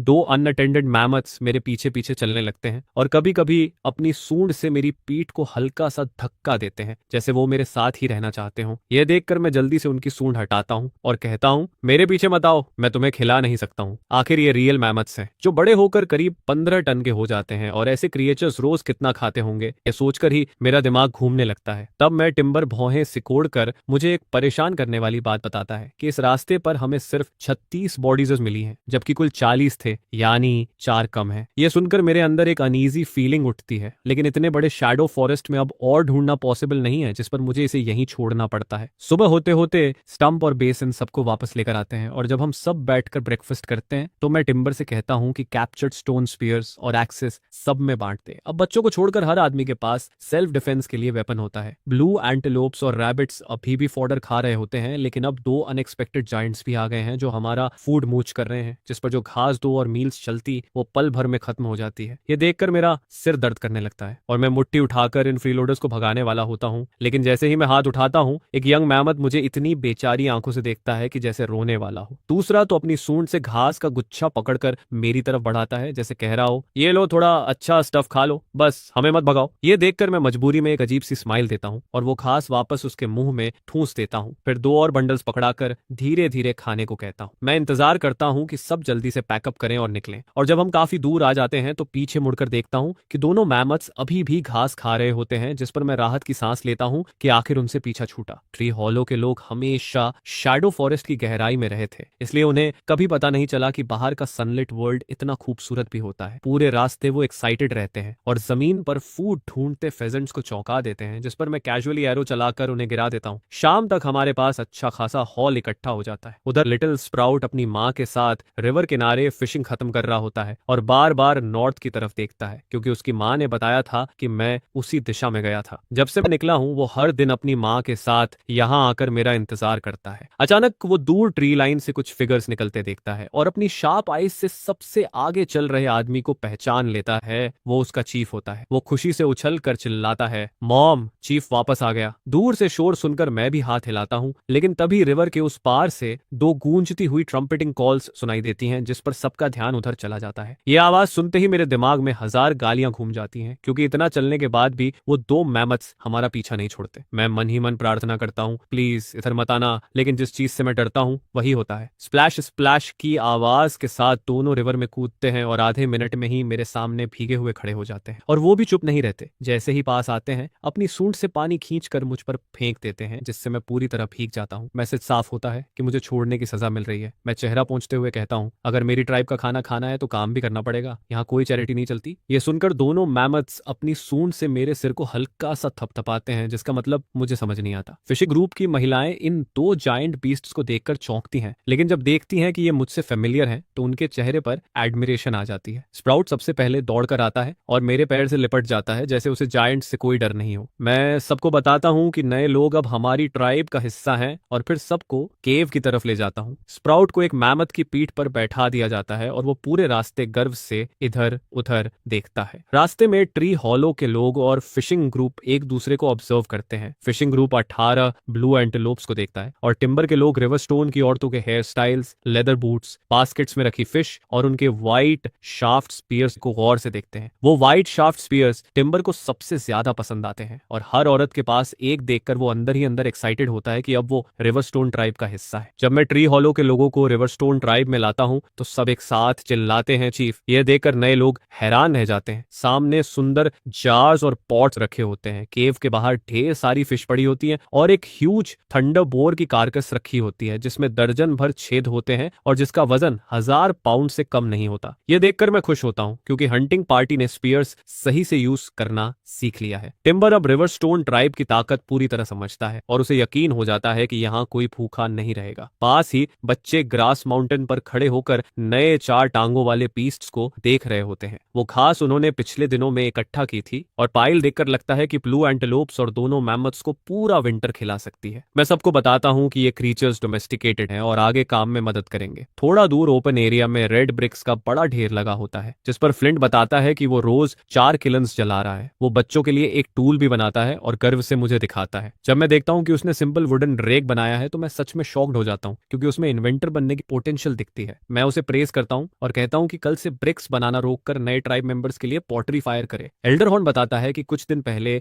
वेस्ट से ball cap tribe pottery trade करने आया था और इस बार उन्होंने काफी सॉल्ट क्रिस्टल्स दिए जो लंबे समय तक चलेंगे। सब इंस्पेक्ट करने के बाद मैं एनिमल की व्यवस्था करता हूँ। रैबिट्स को केव के कोने में रखकर स्टोन्स और क्ले से टेम्पररी एनक्लोजर बनाता हूँ। 30 से ज्यादा रैबिट्स में 3 पहले से प्रेग्नेंट है और पेन में रखते ही अपना फर खींचकर नेस्ट बनाना शुरू करती हैं। बाकी जो 1-2 महीने के हैं वो भी मेलन जितने बड़े हो चुके हैं और अगले स्प्रिंग तक ब्रीडिंग मशीन्स बन जाएंगे। बेबी मैमथ्स खुद ग्रास माउंटेन नहीं छोड़ते और ब्लू एंटेलोप्स को केव के पास ट्री से बांधा जाता है जिनके लिए कल शेल्टर्स बनेंगे। सब अरेंज होने के बाद डिनर रेडी होता है और खाने से पहले मैं वेलकमिंग सेरेमोनी रखता हूँ। ट्री हॉलो के लोग टॉप नॉट ट्रेडिशन अपनाने में हिचकिचाते नहीं बल्कि उन्हें बंधे बाल ज्यादा स्पिरिटेड लगते हैं। आज जायंट बोर हंट हुआ था इसलिए ब्लड पुडिंग मेन्यू में होता है। वाइल्ड वेजिटेबल्स के साथ बड़े पॉट्स भरते हैं। फेजेंट से चेस्टनट प्रेस्ड चिकन बनता है और डजन फ्रेश ग्रिल्ड फिश भी होती हैं। हर किसी को स्वीट एंड सावर फ्रूट मिलता है। यह हार्टी फीस्ट नए और पुराने मेंबर्स को करीब लाता है और सब हंसते बातें करते खाना खाते हैं। डिनर के बाद मैं एल्डर्स से कहता हूँ कि न्यू कमर्स को लेदर बूट्स बनाना सिखाएं और खुद एक जली हुई लकड़ी का टुकड़ा लेकर केव वॉल पर स्केच बनाते हुए सोचने लगता हूँ। दीवार पर मैं केव के बाहर का पूरा टेरेन मैप बनाता हूँ जिसमें केव, स्ट्रीम, फॉरेस्ट और कुछ ऐसी चीजें भी ड्रॉ करता हूँ जो अभी एग्जिस्ट नहीं करती हैं, जिस पर मैं असल में केव के सामने की जमीन को डेवलप करने की प्लानिंग करता हूँ। ये पूरा प्लॉट करीब 30,600 एकर्स में फैला है और अगर इसे पूरा राइस से भर दिया जाए तो पूरी ट्राइब जिंदगी भर खाती रहती है और फिर भी खत्म नहीं होता। लेकिन ऑब्वियसली इसे पूरा राइस से भरना पॉसिबल नहीं है। अभी ये जमीन पूरी तरह ड्राई फील्ड्स है जबकि राइस को पैटीज में उगाना पड़ता है, जिस पर इन ड्राई फील्ड्स को पैटीज में बदलना ही एक मैसिव प्रोजेक्ट बन जाता है। इसके बाद हाउसिंग का इश्यू आता है क्योंकि नए मेंबर्स और हाल ही में हुए न्यूबॉर्न्स को छोड़कर रिवरस्टोन ट्राइब अब 97 लोगों की हो जाती है और मौजूदा केव धीरे धीरे छोटी पड़ती है, जिस पर आगे चलकर इसी जमीन पर हाउसेस बनाना जरूरी हो जाता है। Residential area, rice paddies, vegetable plots, livestock pens, warehouses, bronze smelting zone, lumber mill, इतनी सारी फैसिलिटीज इसी जमीन पर फिट करनी है जिस पर मुझे बहुत केयरफुली प्लान करना पड़ता है। सबसे पहला प्रॉब्लम है फील्ड्स को पैटीज में कन्वर्ट करना। मेरा सिंपल प्लान यह है कि क्लियरिंग के बीचों बीच एक स्क्वायर फोर्ट्रेस बनाया जाए जिसमें residential area, livestock pens, warehouses, metal smelting zone और लंबर मिल सब आ जाए। यह पूरा फोर्ट्रेस कम से कम 5,000 लोगों को अकोमोडेट कर सके और इसे कई सालों में फेसेस में बनाया जाए। फोर्ट्रेस के चारों तरफ मैं एक मोट खोदने का प्लान करता हूं और जो मिट्टी निकले उसे क्ले ब्रिक्स के साथ मिलाकर सिटी वॉल्स बनाई जाएं ताकि जायंट बीस्ट्स और हॉस्टाइल ट्राइब्स अटैक न कर सके। इसके बाद मोट को सेंटर मानकर मैं ईस्ट से आने वाली 8 से 9 मीटर चौड़ी स्ट्रीम को डाइवर्ट करने के लिए इरिगेशन कैनाल खोदने की सोचता हूं और एडिशनल रिटर्न चैनल्स बनाए जाते हैं ताकि मोट का पानी वापस स्ट्रीम में जाए, जिससे एक बड़ा वाटर नेटवर्क बनता है। इस नेटवर्क के साथ छोटे छोटे डिचेस पूरे प्लॉट को इरिगेट करते हैं। मोट और इरिगेशन कैनाल दोनों की प्लान्ड विड्थ 4 मीटर रखी जाती है और ईस्टर्न स्ट्रीम 8 से 9 मीटर चौड़ी है, जिस पर सेम वाटर फ्लो को आधे चैनल में डालने से कैनाल की फ्लो रेट दोगुनी से ज्यादा हो जाती है, जो वाटर व्हील्स और हाइड्रोलिक फैसिलिटीज लगाने के लिए परफेक्ट है। स्पेसिफिक प्लान यह है कि केव को सेंटर लाइन मानकर दोनों तरफ 200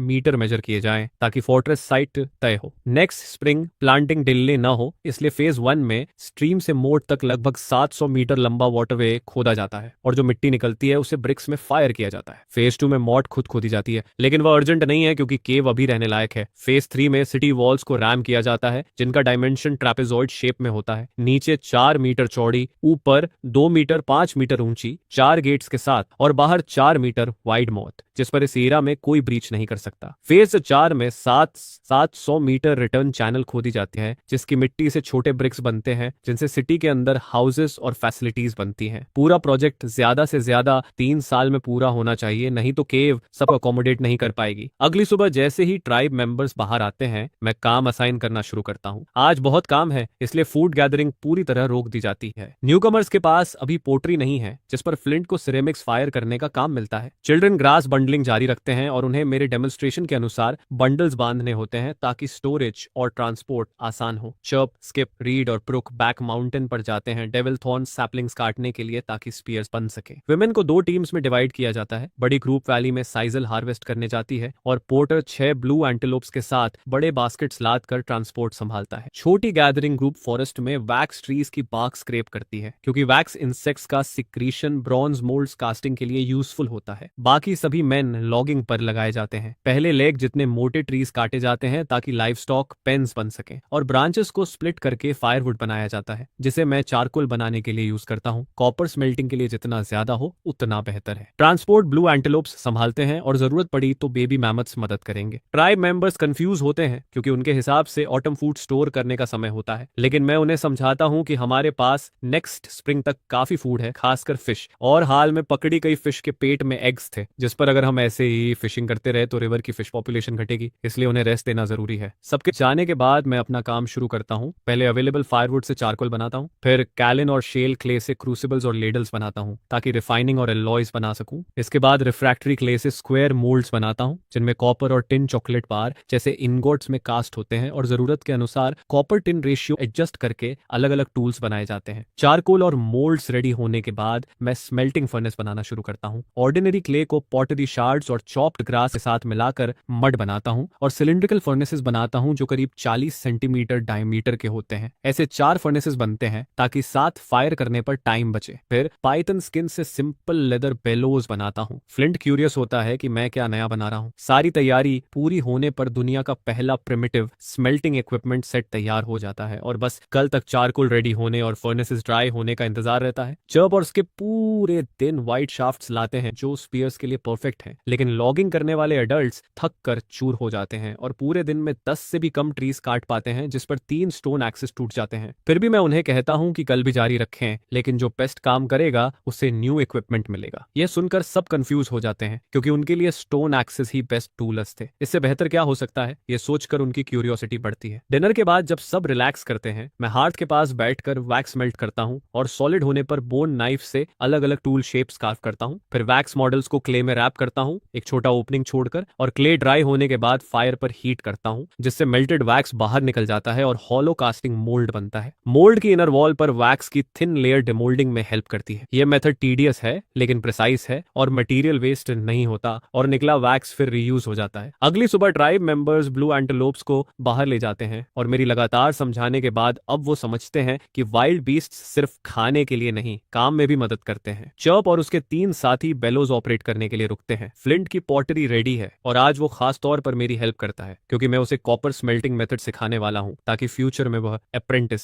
बन सके। मैं 4 फर्नेसेस में से 2 को एक साथ लाइट करता हूं। रीड और ब्रुक बेलोज पंप करते हैं, चर्प और स्किप चारकोल डालते हैं और कॉपर और क्रश करते हैं। बेलोज की पावर से फ्लेम्स ऊपर उठती हैं और जल्द ही फर्नेस चेंबर में और मेल्ट होने लगता है। कॉपर पानी की तरह नीचे बहकर स्लैग के साथ लम्प बनता है और टिन और भी फास्ट मेल्ट होता है। मैं ब्रांचेस से इंप्यूरिटीज वाले मेटल लम्प्स निकालता हूं और प्रोसेस दोहराता हूं। करीब 3 या 4 घंटे बाद इम्प्योर कॉपर और टिन लम्प्स का ढेर बन जाता है जिस पर मैं बाकी 2 फर्नेसेस भी लाइट करता हूं। जैसे ही टेम्परेचर बढ़ता है, मैं क्रूड कॉपर और टिन को अलग अलग क्रूसिबल्स में रखता हूं और जब दोनों मेटल्स लिक्विड फॉर्म में मेल्ट हो जाते हैं तब मैं क्ले लेडल्स से ऊपर तैर रही इंप्यूरिटीज को धीरे धीरे हटा देता हूं। इसके बाद पहले से तैयार किए गए क्ले जार्स की मदद से मैं प्योर कॉपर लिक्विड को ग्रिड शेप्ड क्ले मोल्ड्स में डालता हूं ताकि वो ठंडा होकर सॉलिड हो जाए, और टिन लिक्विड के साथ भी यही प्रोसेस फॉलो करता हूं। फ्लिंट और वो 4 यंग हेल्पर्स मेटल को धीरे धीरे सॉलिड होते देखते रहते हैं। उन्हें इसके पीछे का प्रिंसिपल समझ नहीं आता, लेकिन फिर भी वो पूरी तरह अमेज्ड होते हैं जैसे कोई मैजिक उनकी आंखों के सामने हो रहा हो। जब कॉपर और टिन इनगट्स इतने ठंडे हो जाते हैं कि हाथ से पकड़े जा सकें, तब मैं खुद को रोक नहीं पाता और मोल्ड्स से उन्हें बाहर निकाल लेता हूं। अब दोपहर हो चुकी होती है और सनलाइट में ये मेटल इनगोट्स इतनी चमक रिफ्लेक्ट करते हैं कि आंखें चौंधिया जाती हैं। सबके मुंह खुले रह जाते हैं क्योंकि उन्होंने इससे पहले इतना शाइनी और खूबसूरत कुछ नहीं देखा होता। पास में खेल रहा लिटिल स्प्राउट भी खिंचा चला आता है। वो एक को छूता है, दूसरे को घूरता है और पूछता है, चीफ ये क्या है? मैं उसके बाल सहलाता हूँ और कहता हूँ, इसे कॉपर कहते हैं और इसे टिन टोल। तुम लोगों को इनका ध्यान रखना, मैं अभी कुछ लेकर आता हूँ। स्प्राउट सिर हिलाता है और धीरे धीरे कॉपर और टिन शब्द दोहराता है। फ्लिंट और बाकी भी उसके साथ रिपीट करते हैं। उधर मैं टूल कास्टिंग मोल्ड्स का ढेर खींच कर लाता हूँ और तुरंत ब्रॉन्ज कास्टिंग का काम शुरू करता हूँ। तय रेशियो के हिसाब से कॉपर और टिन ब्लॉक्स को एक नए क्रूसिबल में डालता हूँ और जब वो फिर से लिक्विड बनते हैं तब क्ले रॉड से अच्छे से स्टर करता हूँ ताकि एलॉय ठीक से मिक्स हो जाए। अब कास्टिंग शुरू होती है। पहली वेव में एक्सेस और हैमर्स बनाए जाते हैं। चलता हुआ एलॉय सॉल्यूशन मोल्ड्स में डाला जाता है और रिजर्व्ड होल्स से तुरंत व्हाइट स्मोक उठने लगता है। जैसे ही तापमान थोड़ा गिरता है, मैं स्टोन से मोल्ड तोड़ देता हूँ। टूटे हुए क्ले फ्रैगमेंट्स के बीच पेल गोल्डन लाइट से चमकता एक बड़ा एक्स हेड चुपचाप पड़ा होता है। उसका साइज फायर एक्स हेड से थोड़ा बड़ा है। मैं मैं ब्लेड शार्पनिंग का काम फ्लिंट को दे देता हूँ और खुद बाकी टूल्स की कास्टिंग की तैयारी करता हूँ। रूलर्स,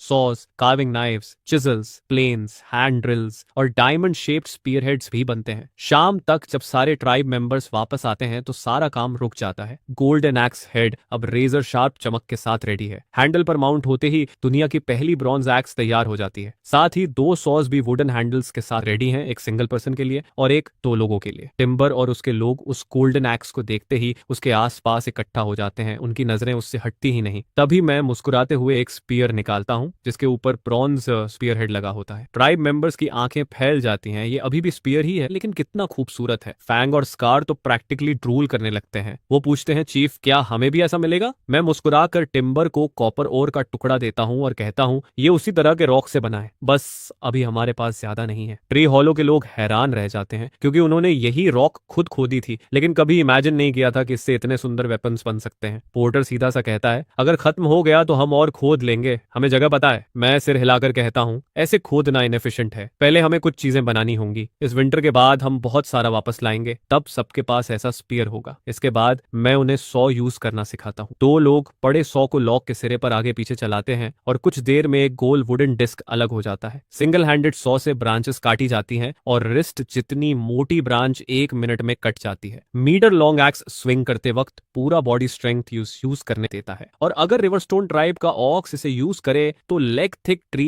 कुछ ही चॉप्स में गिर जाता है। जब सब टूल्स यूज करना सीख लेते हैं तो मैं उन्हें खाने और रेस्ट करने भेज देता हूँ। डिनर के बाद ट्राइब मेंबर्स फ्लिंट के आसपास बैठते हैं और वो कॉपर स्मेलिंग प्रोसेस एक्सप्लेन करता है जबकि मैं मेजरमेंट यूनिट्स एस्टैब्लिश करना शुरू करता हूँ क्योंकि स्टैंडर्डाइज्ड मेजरमेंट्स के बिना सिविलाइजेशन डेवलप नहीं हो सकती। सारी साइजेल अब कलेक्ट हो चुकी है। महिलाएं रोप ब्रेड कर रही हैं, बच्चे रैबिट पेन के बाहर लेटे हुए न्यूबॉर्न रैबिट्स को देख रहे हैं। तीनों प्रेग्नेंट डजने बेबीज दे दिए हैं। हर लिटर में 6 या 7 बच्चे हैं और रैबिट पॉपुलेशन लगभग डबल हो जाती है। फ्लिंट अब वैक्स मॉडल्स कार्व करने में केपेबल है और कॉपर शवल्स बनाना शुरू करता है जो कैनल्स खोदने और फार्मिंग दोनों में काम आएंगे। मेरे सैंपल को देखकर वो डिजाइन कॉपी कर लेता है। अपने काम खत्म करने के बाद मैं सबसे क्रूशियल आइटम पर रिसर्च करता हूँ, प्लाउ। मैं 2 साइजेस प्लान करता हूँ, बड़े मैमथ्स के लिए, छोटे एंटेलोप्स के लिए, ताकि फील्ड्स प्लाउ करने और कैनाल्स खोदने दोनों में काम आए। अगले दिन कुछ महिलाएं हेम्प रोप ब्रेड करती हैं और बाकी जमीन साफ करती हैं ताकि लाइफ स्टॉक पेन्स बन सके। कॉपर स्मेल्टिंग अब फ्लिंट और उसके 4 हेल्पर संभाल लेते हैं और 5 लगातार कॉपर और टिन इंगोट्स कास्ट करते रहते हैं। जरूरत पड़ने पर मुझसे पूछते हैं। जब जमीन साफ हो जाती है मैं उन्हें लाइफ स्टॉक पेन बनवाता हूँ। ट्रीज को 4 मीटर लेंथ में काट कर हर 2 मीटर पर पोस्ट गाड़े जाते हैं। रेक्टेंगुलर एंक्लोजर बनता है। गैप्स में हॉरिजॉन्टल बीम्स बांधी जाती हैं, फिर ब्रांचेस वीव करके फेंसिंग बनाई जाती है और आखिर में मड की लेयर प्लास्टर कर दी जाती है। अंदर 4 मीटर हाई वुडन शेल्टर बनता है जो बेबी मैमथ्स का होम होता है। बाहर की सारी ग्रास बंडल्स बनाकर पेन में रख दी जाती है ताकि कोई एनिमल या इंसान उसे खराब न कर सके। रिवरस्टोन ट्राइब के लोग अपने अपने काम में बिजी रहते हैं लेकिन उन्हें पता नहीं होता कि बॉल्ड कैप ट्राइब की नजर अब उन पर है। चीफ बॉल्ड कैप को चिंता है कि कोल्ड बढ़ने पर उनका माउंटेन स्प्रिंग फ्रीज हो जाएगा और उन्हें 3 किलोमीटर दूर स्ट्रीम से पानी लाना पड़ेगा जिसके लिए ज्यादा कंटेनर्स चाहिए। इसीलिए वो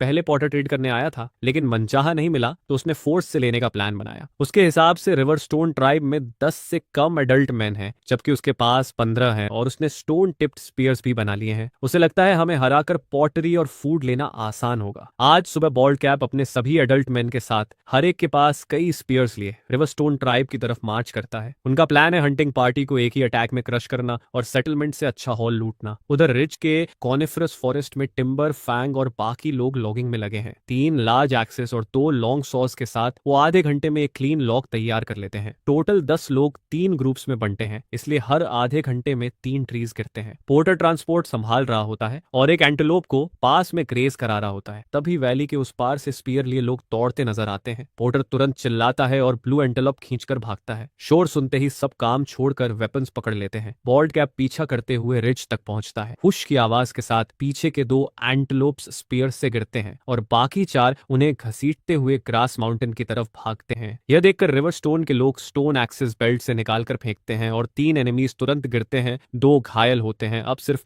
10 आगे बढ़ते हैं। बॉल्ड कैप गुस्से में दूसरा स्पीयर वॉली ऑर्डर करता है लेकिन टिम्बर का ग्रुप ट्रीज के पीछे छिप जाता है और सारे स्पीयर जमीन में तिरछे थंस जाते हैं। यह देखकर स्कार और बाकी लोग फिर से पेड़ों के पीछे से निकलते हैं और उसी पल 9 व्हाइट शाफ्ट स्पीयर्स एक साथ हवा चीरते हुए उड़ते हैं जिस पर बॉल्ड कैप की ट्राइब के 4 और आदमी तुरंत गिर जाते हैं। बाकी लोग डरकर पेड़ों के पीछे छिप जाते हैं। जाते हैं और स्कार का ग्रुप भी फिर से कवर ले लेता है। अगली चाल का इंतजार करता है, लेकिन सामने से कोई आवाज नहीं आती। उन्हें नहीं पता होता कि बॉल्ड कैप अंदर ही अंदर डर से जकड़ जाता है, क्योंकि सामने वाला दुश्मन उसकी कल्पना से कहीं ज्यादा टेरिफाइंग है और उसे अब एहसास होता है कि रिवरस्टोन ट्राइब में लोग उसकी उम्मीद से ज्यादा है, जबकि उसकी तरफ अब सिर्फ 8 लोग बचे हैं, जिनमें 2 घायल हैं। ऐसे में लड़ाई जारी रखना नामुमकिन है, जिस पर वो तुरंत बचे हुए लोगों को लेकर केव की तरफ भाग जाता है। उधर लिटिल स्प्राउट मेरा हाथ पकड़कर 2 मैमथ्स की तरफ खींचता है, क्योंकि वो चाहता है कि मैं उनके नाम रखूं। बड़े वाले का नाम मैं ऐश रखता हूं और छोटे वाले का बो। मैं कुछ कहने ही वाला होता हूं कि ऐश अचानक वेस्ट की तरफ देखते हुए जोर से ट्रम्पेट करता है, जिससे स्प्राउट घबरा कर उछल जाता है। मैं तुरंत उसी दिशा में देखता हूं और देखता हूं कि 4 ब्लू एंटेलोप्स 2 मरे हुए साथियों को घसीटते हुए हमारी तरफ आ रहे हैं। उनके शरीर में कई स्पीयर्स धंसे हुए हैं, लेकिन पीछे लॉगिंग टीम नजर नहीं आती। यह देखकर मेरा दिल थक से रह जाता है। मैं तुरंत सब ट्राइब मेंबर्स को ऑर्डर देता हूं कि केव के अंदर छिप जाएं और जब तक मैं वापस ना आऊं बाहर ना निकले। सब अरेंज करने के बाद मैं अपना बो, एरोज और गोल्डन हेडेड स्पीयर उठाता हूं, फिर ऐश पर चढ़कर वेस्ट की तरफ बढ़ता हूं और पाव भी तुरंत पीछे पीछे आता है। ब्लू एंटेलोप्स के छोड़े हुए ब्लड ट्रेल को फॉलो करते हुए ऐश पूरी रफ्तार से दौड़ता है और जल्द ही हम फॉरेस्ट में घुस जाते हैं। आगे अचानक एक ग्रुप नजर आता है, जिनके हाथ में गोल्डन एक्सिस चमक रहे होते हैं और सामने टिम्बर और उसकी टीम साफ दिखते हैं। मैं एक पल के लिए रुक जाता हूँ, सोचता हूँ कि सब यहाँ कैसे हैं और कोई इंजर्ड भी नहीं है। फैंग तुरंत पूरी हंटिंग पार्टी को मेरे पास लाता है और पूरी सिचुएशन बताता है। उसकी बात सुनकर मैं हैरान होता हूँ कि बॉल्ड कैप ने हमारी ट्राइब पर अटैक क्यों किया, लेकिन रीजन चाहे जो भी हो, जो भी मेरे लोगों को नुकसान पहुंचाता है उसे कीमत चुकानी पड़ेगी, चाहे उसने सिर्फ एंटेलोप्स ही क्यों न मारे हों। मैं तुरंत स्पीयर लहराता हूँ और कहता हूँ, मेरे पीछे आओ। मैं टिम्बर और लॉगिंग टीम के कुछ लोगों को लेकर बॉल्ड कैप की ट्राइब की तरफ बढ़ता हूँ। करीब दोपहर 2 बजे हम उनके केव के पास पहुंचते हैं, लेकिन एंट्रेंस के सामने का क्लियरिंग पूरी तरह खाली होता है। केव का मुंह एक जायंट बोल्डर से बंद है, लेकिन एक बड़ा गैप अभी भी खुला है, जिसमें से कई जोड़ी आंखें झांक रही हैं और बॉल्ड कैप भी उनमें शामिल है। उसे सबसे ज्यादा डर इसी बात का था कि हम रिवेंज लेने आएंगे, और वही होता है। हम सच में आए हैं और हमारी लाइनअप देखकर उसका पछतावा साफ दिखता है, क्योंकि सामने मैं ऐश पर सवार हूँ, हाथ में चमकता गोल्डन हेडेड स्पीयर लिए। मैं तुरंत बो निकालता हूँ और एरो चढ़ाता हूँ। अगले ही पल एक चीख सुनाई देती है। बॉल्ड कैप की आंख के आर पार एरो चला जाता है। मैं ऑक्स,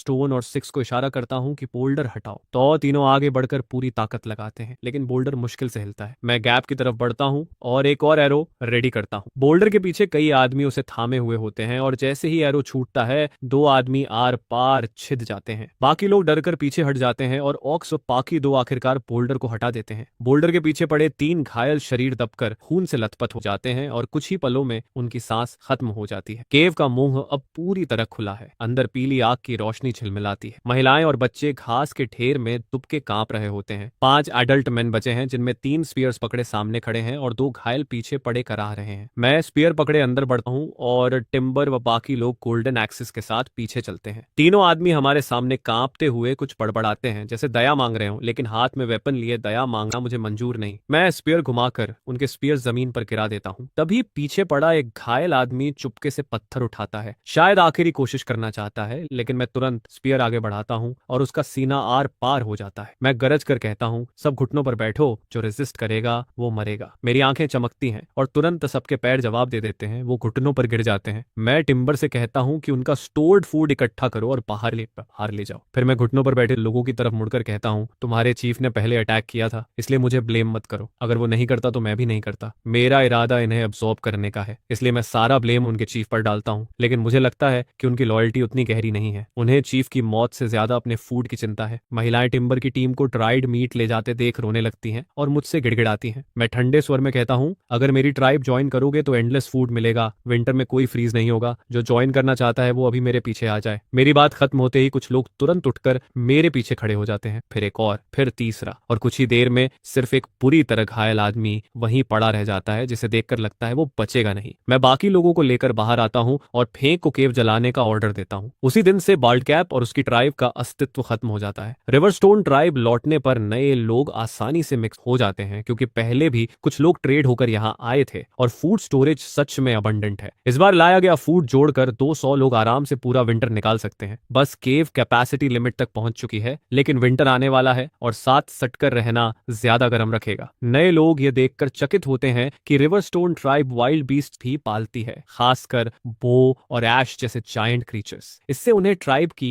स्ट्रेंथ का नया एहसास होता है और वो रिवरस्टोन का हिस्सा बनकर पहनकर गर्व महसूस करते हैं। महिलाएं रोप परेड करती रहती हैं। केव में बंडल्स का ढेर लग जाता है और पुरुष लॉगिंग जारी रखते हैं। ट्रंक्स बिल्डिंग मटेरियल बनते हैं, ब्रांचेस किल और फायरवुड में बदलती हैं। मैं भी खाली नहीं हूँ, वुडवर्किंग टूल्स बनाता हूँ और 50 ब्रॉन्ज शवल्स कास्ट करता हूँ। अब फेज 1 इरिगेशन कैनाल प्रोजेक्ट शुरू करना जरूरी है। मैं हेम्प रोप से मेजरिंग कॉर्ड बनाकर फोर्ट्रेस की पोजीशन नॉर्थ में मेजर करता हूँ और चारों कॉर्नर्स पर वुडन पोस्ट्स काटकर कैनाल रूट तय करता हूँ। फिर ब्रिक किलन बनाने की बारी आती है, क्योंकि कैनाल खोदते समय बहुत सॉइल निकलेगी और मैं प्लान करता हूँ कि कैनाल डिगिंग और ब्रिक मोल्ड मेकिंग साथ साथ चले। ग्रे ब्रिक्स बनाने के लिए ज्यादा वाटर चाहिए, इसलिए किलन साइट स्ट्रीम के पास चुनी जाती है। फ्लिंट पहले ही कई रेड ब्रिक्स बना चुका है और वही किलन बनाने में काम आती है। सिलेंड्रिकल ब्रिक किलन बनाने में पूरी ट्राइब लगती है और 5 दिन में वो तैयार होता है। ब्रिक मोल्ड्स बनाकर तैयारी पूरी होती है और अब मेरा जायंट प्लाउ डेब्यू करता है। 2 मीटर वाइड वुडन फ्रेम के नीचे 4 ब्रॉन्ज प्लाउ शेड्स लगे होते हैं, जो आगे बढ़ते ही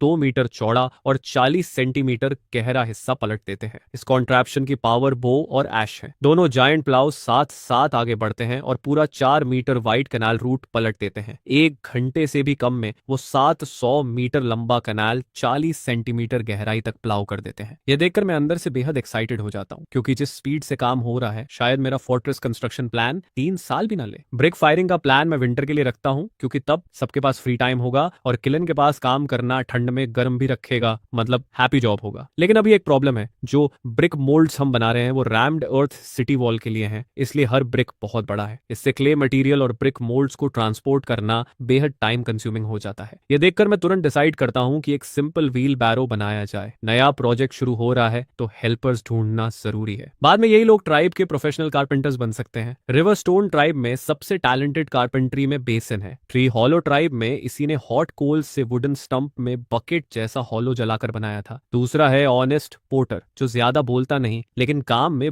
बेहद सॉलिड है। अपनी पास्ट लाइफ की कार्ड्स की मेमोरी से डिजाइन मॉडिफाई करके हम तीनों पूरा दिन लगाकर पहला व्हील बैरो बनाते हैं। जैसे ही तैयार होता है उसे वर्क क्रू को दे दिया जाता है। लोग इस नए ट्रांसपोर्ट टूल में काफी इंटरेस्ट लेते हैं। शोल्डर और हाथ से ढोने की तुलना में यह कम थकाऊ लगता है, लेकिन मैं पूरी तरह सेटिस्फाइड नहीं हूं। मैं नोटिस करता हूं कि टर्न लेते वक्त व्हील बैरो लेफ्ट और राइट वॉबल करता है। इस रेट से तो जल्दी टूट जाएगा। प्रॉब्लम समझते ही मैं एक्सेल एक्सटेंड करने का इंप्रूवमेंट शुरू कर देता हूं। अपने 2 असिस्टेंट्स को समझाकर हम तीनों अपने अपने हिस्से पर काम करते हैं। दूसरी बिल्ड पहली से काफी फास्टर होती है। 2 घंटे बाद सेकंड जनरेशन व्हील बैरो तैयार हो जाता है और इस बार वॉबल नहीं होता। तुरंत वर्क एफिशिएंसी बढ़ जाती है। अब यही सेकंड कार प्रोडक्शन मॉडल बन जाता है और हम मास मैन्युफैक्चरिंग शुरू करते हैं। पहले फेज में 30 यूनिट्स बनते हैं। मेन और वुमेन मिलाकर डोजन्स एडल्ट लेबरर्स हैं और ये व्हील बैरोस सॉइल हॉल करने के लिए परफेक्ट हैं। फ्यूचर में हेवी यूज होगा। आने वाले दिनों में कारपेंटर ट्रियो हर 2 दिन में 3 व्हील बैरोस बनाता है और फेज 1 इरिगेशन कैनाल तेजी से आगे बढ़ता है। ब्रिक मेकिंग का काम भी स्पीड पकड़ता है, क्योंकि व्हील बैरोस लगातार ऐड हो रहे हैं। 18वें दिन तक 700 मीटर लंबा और 4 मीटर डीप ट्रेंच मेरे सामने खड़ा होता है। मैं कैनाल डगिंग रोकने का ऑर्डर देता हूँ। बाकी 2 मीटर तब खोदा जाएगा जब वाटर चैनल करना होगा। अब ट्राइब मेंबर्स नॉर्मल रूटीन पर लौटते हैं। मेन लॉगिंग जारी रखते हैं, फ्यूचर कंस्ट्रक्शन के लिए स्टॉक पाइल करते हैं। विमेन फिर फूड गैदर करने लगती हैं, क्योंकि उनके हिसाब से जितना ज्यादा फूड उतना बेटर। 30 व्हील बैरोस तैयार हो चुके हैं ताकि फ्यूचर में लार्ज स्केल कॉपर और माइनिंग पॉसिबल हो। बेसन और पोर्टर अब एंटेलोप्स द्वारा खींचे जाने वाले लार्ज कार्ट्स डिजाइन कर रहे हैं मेरी गाइडेंस में। मैं उन्हें 4 व्हील कार्ट डिजाइन समझाकर खुद सोचने देता हूँ। उधर मैं फील्ड प्लाउज बनाता रहता हूँ। हर कोई अपने काम में बिजी है। एक सुबह जब मैं केव से बाहर निकलता हूँ तो सामने सब कुछ सफेद दिखता है। आखिरकार लॉन्ग अवेटेड विंटर आ चुका है। कूस फेदर जैसे स्नो फ्लेक्स गिरते रहते हैं। स्काई डार्क और ग्लूमी है और पता नहीं कब रुकेगा। मैन का लॉगिंग वर्क रुक जाता है। सब केव में सिमट जाते हैं। विमेन भी फूड गैदर करने की जिद छोड़ देती हैं। इस वेदर में ब्रिक फायरिंग पॉसिबल नहीं तो स्नो रुकने तक वेट करना पड़ता है। मैं अपना लॉन्ग प्लान्ड इनिशिएटिव शुरू करता हूँ, सबको कॉमन टंग और राइटिंग सिस्टम सिखाना। रिवरस्टोन ट्राइब के लोग बेसिक वोकैबुलरी पहले ही सीख चुके हैं। खासकर लिटिल स्प्राउट सिंपल फ्रेजेस बोल लेता है। अब काम आसान है, बस उन्हें और एसेंशियल वर्ड्स और सेंटेंसेस बनाना सिखाना है। राइटिंग के लिए सिंप्लीफाइड कैरेक्टर्स सिखाना अभी रियलिस्टिक नहीं, इसलिए क्लेरिकल स्क्रिप्ट जैसे पिक्टोग्राफ्स से शुरुआत करता हूँ। लिखना जरूरी नहीं, पहचानना जरूरी है। लर्निंग एंथुजियाज्म लाने के लिए मैं रूल बनाता हूँ। डिनर से पहले प्रोग्रेस चेक होगी। जो रिसाइट नहीं करेगा उसे हाफ रेशन, जो बेस्ट करेगा उसे रिवॉर्ड। स्ट्रैटेजी परफेक्ट काम करती है। ट्राइब मेंबर्स मोटिवेटेड हो जाते हैं, खासकर बच्चे जो लेसन्स के बाद ग्रुप्स में प्रैक्टिस करते हैं। कुछ दिन बाद स्नो रुक जाता है और ब्रिक फायरिंग ऑफिशियली शुरू होती है। 2 किलन्स पर्सनली डेमोन्स्ट्रेट करने के बाद मैं काम ट्राइब को सौंप देता हूँ। उन्हें रोज काम नहीं करना, बस किलन लोड और अनलोड के समय। बाकी फायरिंग और कूलिंग टाइम है। दिन ऐसे ही गुजरते हैं। रोज लैंग्वेज और कैरेक्टर्स पढ़ना, हर कुछ दिन ब्रिक्स मूव करना, सिंपल लेकिन फुलफिलिंग लाइफ। जब फ्री होते हैं तो मोस्टली मेन ऑर्नामेंटल एक्सेसरीज बनाते हैं, बोन नेकलेसेस, फेदर्स और कई चीजें। मुझे समझ नहीं आता तो एल्डरहॉर्न बताता है कि स्प्रिंग में कई ट्राइब्स गैदरिंग करते हैं ताकि इन ब्रीडिंग और जेनेटिक डिग्रेडेशन ना हो। अगर वुमन को कोई मैन पसंद आता है तो वो उसकी ट्राइब ज्वाइन करती है। स्टैंडर्ड है स्ट्रेंथ,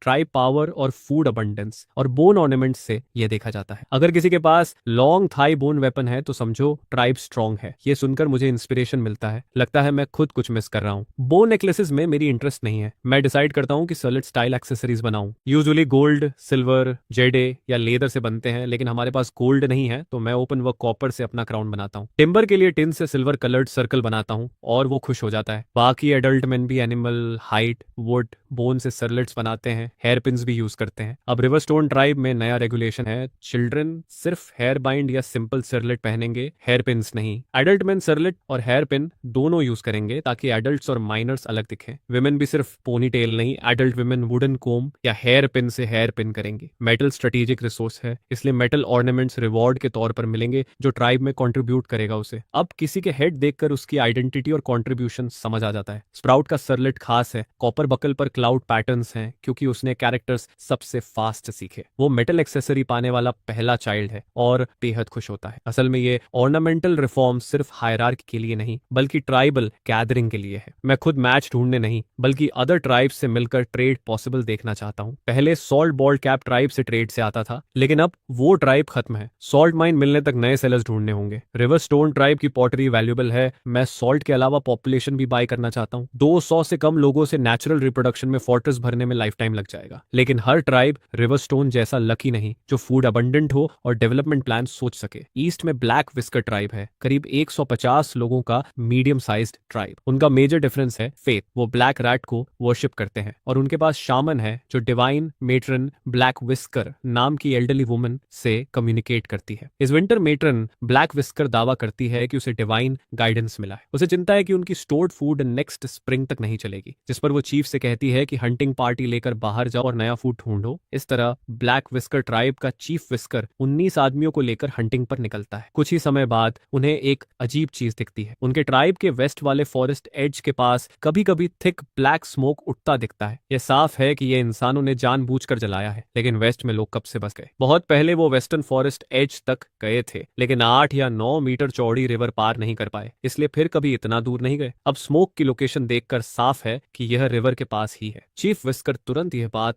मेट्रन ब्लैक विस्कर को बताता है। वह ज्यादा सरप्राइज नहीं होती बल्कि क्यूरियस होती है कि ये लोग बार बार फायर क्यों जला रहे हैं। उसकी समझ में फायर फूड पकाने के लिए होता है, अगर वार्मथ के लिए होता तो लगातार जलाते रहते। वो कंफ्यूज्ड है, इसलिए चीफ विस्कर को कहती है कि लोगों को लेकर जाकर जांच करो और अगर पॉसिबल हो तो ट्रेड भी ट्राई करो, शायद उनसे कुछ सीखने को मिले। इस तरह चीफ विस्कर अपनी टीम लेकर डिप्लोमेटिक मिशन पर निकलता है। उधर रिवर स्टोन ट्राइब में बेसिन और 6 ब्रिक किलन की रखवाली कर रहे हैं। बीच बीच में वो किलन चेक करते हैं और फायरवुड डालते हैं। रात से लेकर दोपहर तक फायरिंग चलती है। किलन के अंदर brick moulds blinding red heat पर पहुंच जाते हैं। अब समय है किल फ्लड और सील करने का। बेसिन 6 को इशारा करता है कि केव से हेल्प बुला लाओ। 6 बिना पीछे देखे दौड़ जाता है, लेकिन बेसिन के अकेले पहरे के दौरान अचानक बाव की जोरदार रोर गूंजती है। फिर बाव के दौड़ने की आवाज आती है और साथ में इंसानों की शाउटिंग। बेसिन जल्दी से अंडरग्राउंड फायर पिट से ऊपर चढ़ता है। जैसे ही उसका सिर बाहर निकलता है वो देखता है कि दर्जन भर स्पीयर्स बाव की तरफ उड़ रहे हैं। डर कर वो सीधा केव की तरफ भागता है। मैं उसी वक्त लोगों को किलन फ्लड करने ले जाने की तैयारी कर रहा होता हूँ। जैसे ही केव से बाहर निकलता हूँ मैं देखता हूँ कि बाव को दौड़ाकर अटैक किया जा रहा है। चीफ विस्कर और उसके आदमी पहले पीछा करना चाहते थे, लेकिन मुझे क्राउड के साथ निकलते देख रुक जाते हैं। मैं गुस्से में चिल्लाता हूँ, कौन हिम्मत करता है मेरे बो पर अटैक करने की? सब अपने वेपन्स उठाओ। मेरे ऑर्डर सुनते ही पूरे ट्राइब मेंबर्स दहाड़ते हुए बाहर निकलते हैं। 70 या 80 लोग वेपन्स लेकर चीफ विस्कर के ग्रुप को चारों तरफ से घेर लेते हैं। चीफ विस्कर का जबड़ा खुला रह जाता है। सामने हर आदमी फियर्स और मेनेसिंग दिखता है। मैं गोल्डन क्राउन और गोल्डन हेयर पिन पहने, व्हाइट शाफ्ट गोल्डन स्पीयर पकड़े उसे घूर रहा होता हूँ। पीछे की फॉर्मेशन और भी आई ब्लाइंडिंग है। हर आदमी के हाथ में चमकता ब्रॉन्ज शवल है। चाहे कॉम्बैट एबिलिटी जो भी हो, ये लाइनअप ही उन्हें इमोबिलाइज करने के लिए काफी है। वो देखता है कि सिचुएशन कंट्रोल में है तो वो खुश होकर मेरे पीछे खड़ा हो जाता है और बोरोड अथॉरिटी में चीफ विस्कर पर रोर करता है। मैं उसकी ट्रंक थपथपाकर उसे शांत करता हूँ और चीफ विस्कर की तरफ मुड़ता हूँ। यह मैमथ हमारा है, तुमने उस पर अटैक क्यों किया? चीफ विस्कर हक्का बक्का रह जाता है। उसने कभी इमेजिन नहीं किया था कि नेबरिंग ट्राइब इतने बड़े बीस्ट को कंट्रोल कर सकती लगती है। तब ऐश भी शोर सुनकर दौड़ता हुआ आता है, जो बाव से भी बड़ा है, और उनके पास खड़ा होकर क्यूरियस होकर सराउंडेड ग्रुप को देखता है। चीफ विस्कर और उसके लोग स्टिफ हो जाते हैं। मैं भौहें सिकोड़ता हूँ और एल्डर हॉर्न को कहता हूँ कि उनसे पूछो ये कौन है और क्यों आए हैं। एल्डर हॉर्न वर्ड्स और जेस्चर्स से मेरी बात ट्रांसलेट करता है और मेरा आइडेंटिटी बताता है कि मैं चीफ हूँ। चीफ विस्कर तुरंत अपोलोजाइज करता है। उसे नहीं पता था कि ये मॉन्स्टर्स के ओनर्स हैं, इसलिए उसने विंटर प्रोविजंस के लिए हंट करने की सोची। फिर वो रोते हुए बताता है कि वो ट्रेड के लिए आया है। मैं सोचता हूँ कि अगर उनके पास कुछ इंटरेस्टिंग है तो ट्रेड पॉसिबल है। मैं पूछता हूँ तुम्हारे पास एक्सचेंज के लिए क्या है। चीफ विस्कर हेजिटेट करता है और कहता है क्या हम स्टोन बोल्स ट्रेड कर सकते हैं। उनके ट्राइब में कई स्टोन बोल्स हैं और हर ट्राइब के लिए एसेंशियल है। मैं कुछ कहूँ उससे पहले एल्डर हॉर्न बोलता है हमारे पास पॉटरी प्लेंटी है, अगर चाहिए तो सॉल्ट या पॉपुलेशन से ट्रेड कर सकते हो। अब चीफ विस्कर स्टन्ड होता है। उन्हें पॉटरी मिलेगी, वो भी ट्रेड में। एल्डर हॉर्न बच्चों से पॉटरी लाने को कहता है। 2 मिनट में वाटर जार, पॉट और बोल्स सामने आ जाते हैं। कुछ बच्चे एक्साइटमेंट में केव एंट्रेंस पर बैठकर बोल्स से मीट ब्रॉथ पी रहे होते हैं। चीफ विस्कर ने कभी इतनी मीठी अरोमा नहीं सूंघी। मैं उसे एक बोल ब्रॉथ भरकर देता हूँ। अगर टेस्ट नहीं करेगा तो वैल्यू नहीं समझेगा। वो बच्चों की तरह स्लर्प करता है। इंस्टेंट वार्मथ उसके थ्रोट से स्टोमिक तक जाती है और थोड़ी देर में पूरा बॉडी वार्म फील करता है। ये ब्रॉथ मैंने खास विंटर वार्डिंग के लिए बनाया है, पिग बोन्स और चिली पेपर्स के साथ। चीफ विस्कर पूरी तरह फ्लेवर से जीत लिया जाता है। वो तुरंत पॉपुलेशन के बदले क्ले पॉट्स लेने का फैसला करता है। सॉल्ट क्या है उसने सुना भी नहीं। एल्डर हॉर्न प्राइस रिपीट करता है, एक क्ले पॉट के बदले 2 अंडर एज बॉयज या एक adult women. Chief whisker price acceptable मानता है, लेकिन इस ट्रिप में वुमेन या चिल्ड्रन नहीं लाया। फिर वो शर्माते हुए कहता है कि क्या अभी पॉट ले जा सकता है और अगली बार लोग लाएगा। मैं तुरंत मना कर देता हूँ, क्रेडिट इम्पॉसिबल है, अगर वो डिफॉल्ट कर दें तो मैं फूल बन जाऊंगा। यह देखकर चीफ विस्कर एक बुल्जिक हाइट सैक निकालता है और मुझे देता है। वो कहता है इसमें फूड है, ज्यादा नहीं, लेकिन पॉटरी बोल ले जाने दो, अगली बार लोग लाएंगे। मैं कैजुअली सैक खोलता हूँ, लेकिन अगली ही पल मेरी नजर जम जाती है। ये पीनट्स हैं। मेरा दिमाग तुरंत विस्कर जेस्चर्स से बताता है कि उनका डेटी ब्लैक रैट है और पीनट्स रैट बरोस से निकाले जाते हैं। उनके ट्राइब में पीनट्स प्रेशियस नहीं है। मैं साइलेंटली नोट करता हूँ और एक लार्ज बास्केट निकालता हूँ। ऐसा फुल बास्केट पीनट्स पॉटरी के बदले ट्रेड हो सकता है, लेकिन शेल्स डैमेज नहीं होने चाहिए। चीफ विस्कर खुश होकर अग्री करता है और नेक्स्ट टाइम ज्यादा लाने का प्रॉमिस करता है। आखिर में वो large basket, clay pot, clay बोल और एक लेडल लेकर चला जाता है। उन्हें जाते देख अचानक मुझे फियर फील होता है। इस बार एक अननोन ट्राइब हमारे केव एंट्रेंस तक पहुंच गई। लकीली उनकी संख्या कम थी। अगर वो स्पेसिफिकली रिवरस्टोन ट्राइब पर अटैक करने आते तो शायद हम होल्ड कर लेते, लेकिन कैजुअलिटीज जरूर होती। मैं पहले ही डिफेंसिव फोर्टिफिकेशंस का प्लान बना चुका था, लेकिन इतनी बड़ी सिटी वॉल्स ऐसे ही एकदम से कैसे बन जाती। इस बीच के डिफेंसिव गैप पीरियड में मुझे पहले कुछ टेम्पररी डिफेंसिव वर्क्स तैयार करने होंगे जिन पर हम रिलाई कर सकें। सबसे पहले मैं टिम्बर को कहता हूं कि लोग लेकर ब्रिक किलन फ्लड और सील कर दे। फिर मैं केव के एंट्रेंस पर खड़ा होकर सोचता हूं किलन पिछले 2 महीनों से लगातार फायरिंग कर रही है और हमने फिनिश्ड ब्रिक्स का मैसिव अमाउंट जमा कर लिया है। फोर्ट्रेस कंस्ट्रक्शन तो नेक्स्ट स्प्रिंग में शुरू होगा, तो अभी ये ब्रिक्स बस यूं ही आइडल पड़ी हैं। यही सोचते सोचते मेरे दिमाग में एक सिंपल और क्विक डिफेंसिव फोर्टिफिकेशन का आइडिया बनता है। अगली सुबह मैं सारे एडल्ट्स को इकट्ठा करता हूं और उन्हें बताता हूं कि केव को 3 साइड्स से वॉल्स बनाकर सराउंड किया जाएगा और सिर्फ ईस्ट साइड पर 2 मीटर चौड़ा गेट छोड़ा जाएगा। एंट्रेंस पर 3 मीटर ऊंचा स्टॉकेड मेन गेट होगा, जिसके सामने 4 लेयर्स में स्पीयर्स साइड बाय साइड बांधी जाएंगी। यह simple defensive wall grey bricks से डायरेक्ट स्टैक की जाएगी। इतनी कोल्ड वेदर में मुझे बस स्टैक्ड ब्रिक वॉल पर पानी डालना है ताकि वो फ्रीज होकर एक साथ जम जाए। स्प्रिंग आने पर जब वेदर वार्म होगा और थॉ होगा, तब भी ये ब्रिक्स फोर्ट्रेस कंस्ट्रक्शन में यूज हो सकती हैं। उनकी यूजेबिलिटी पर कोई असर नहीं पड़ेगा। अगले कुछ दिनों तक सभी एडल्ट्स मिलकर काम करते हैं। व्हील बैरोज और इतने सारे टूल्स की वजह से वॉल की हाइट आंखों के सामने तेजी से बढ़ती जाती है।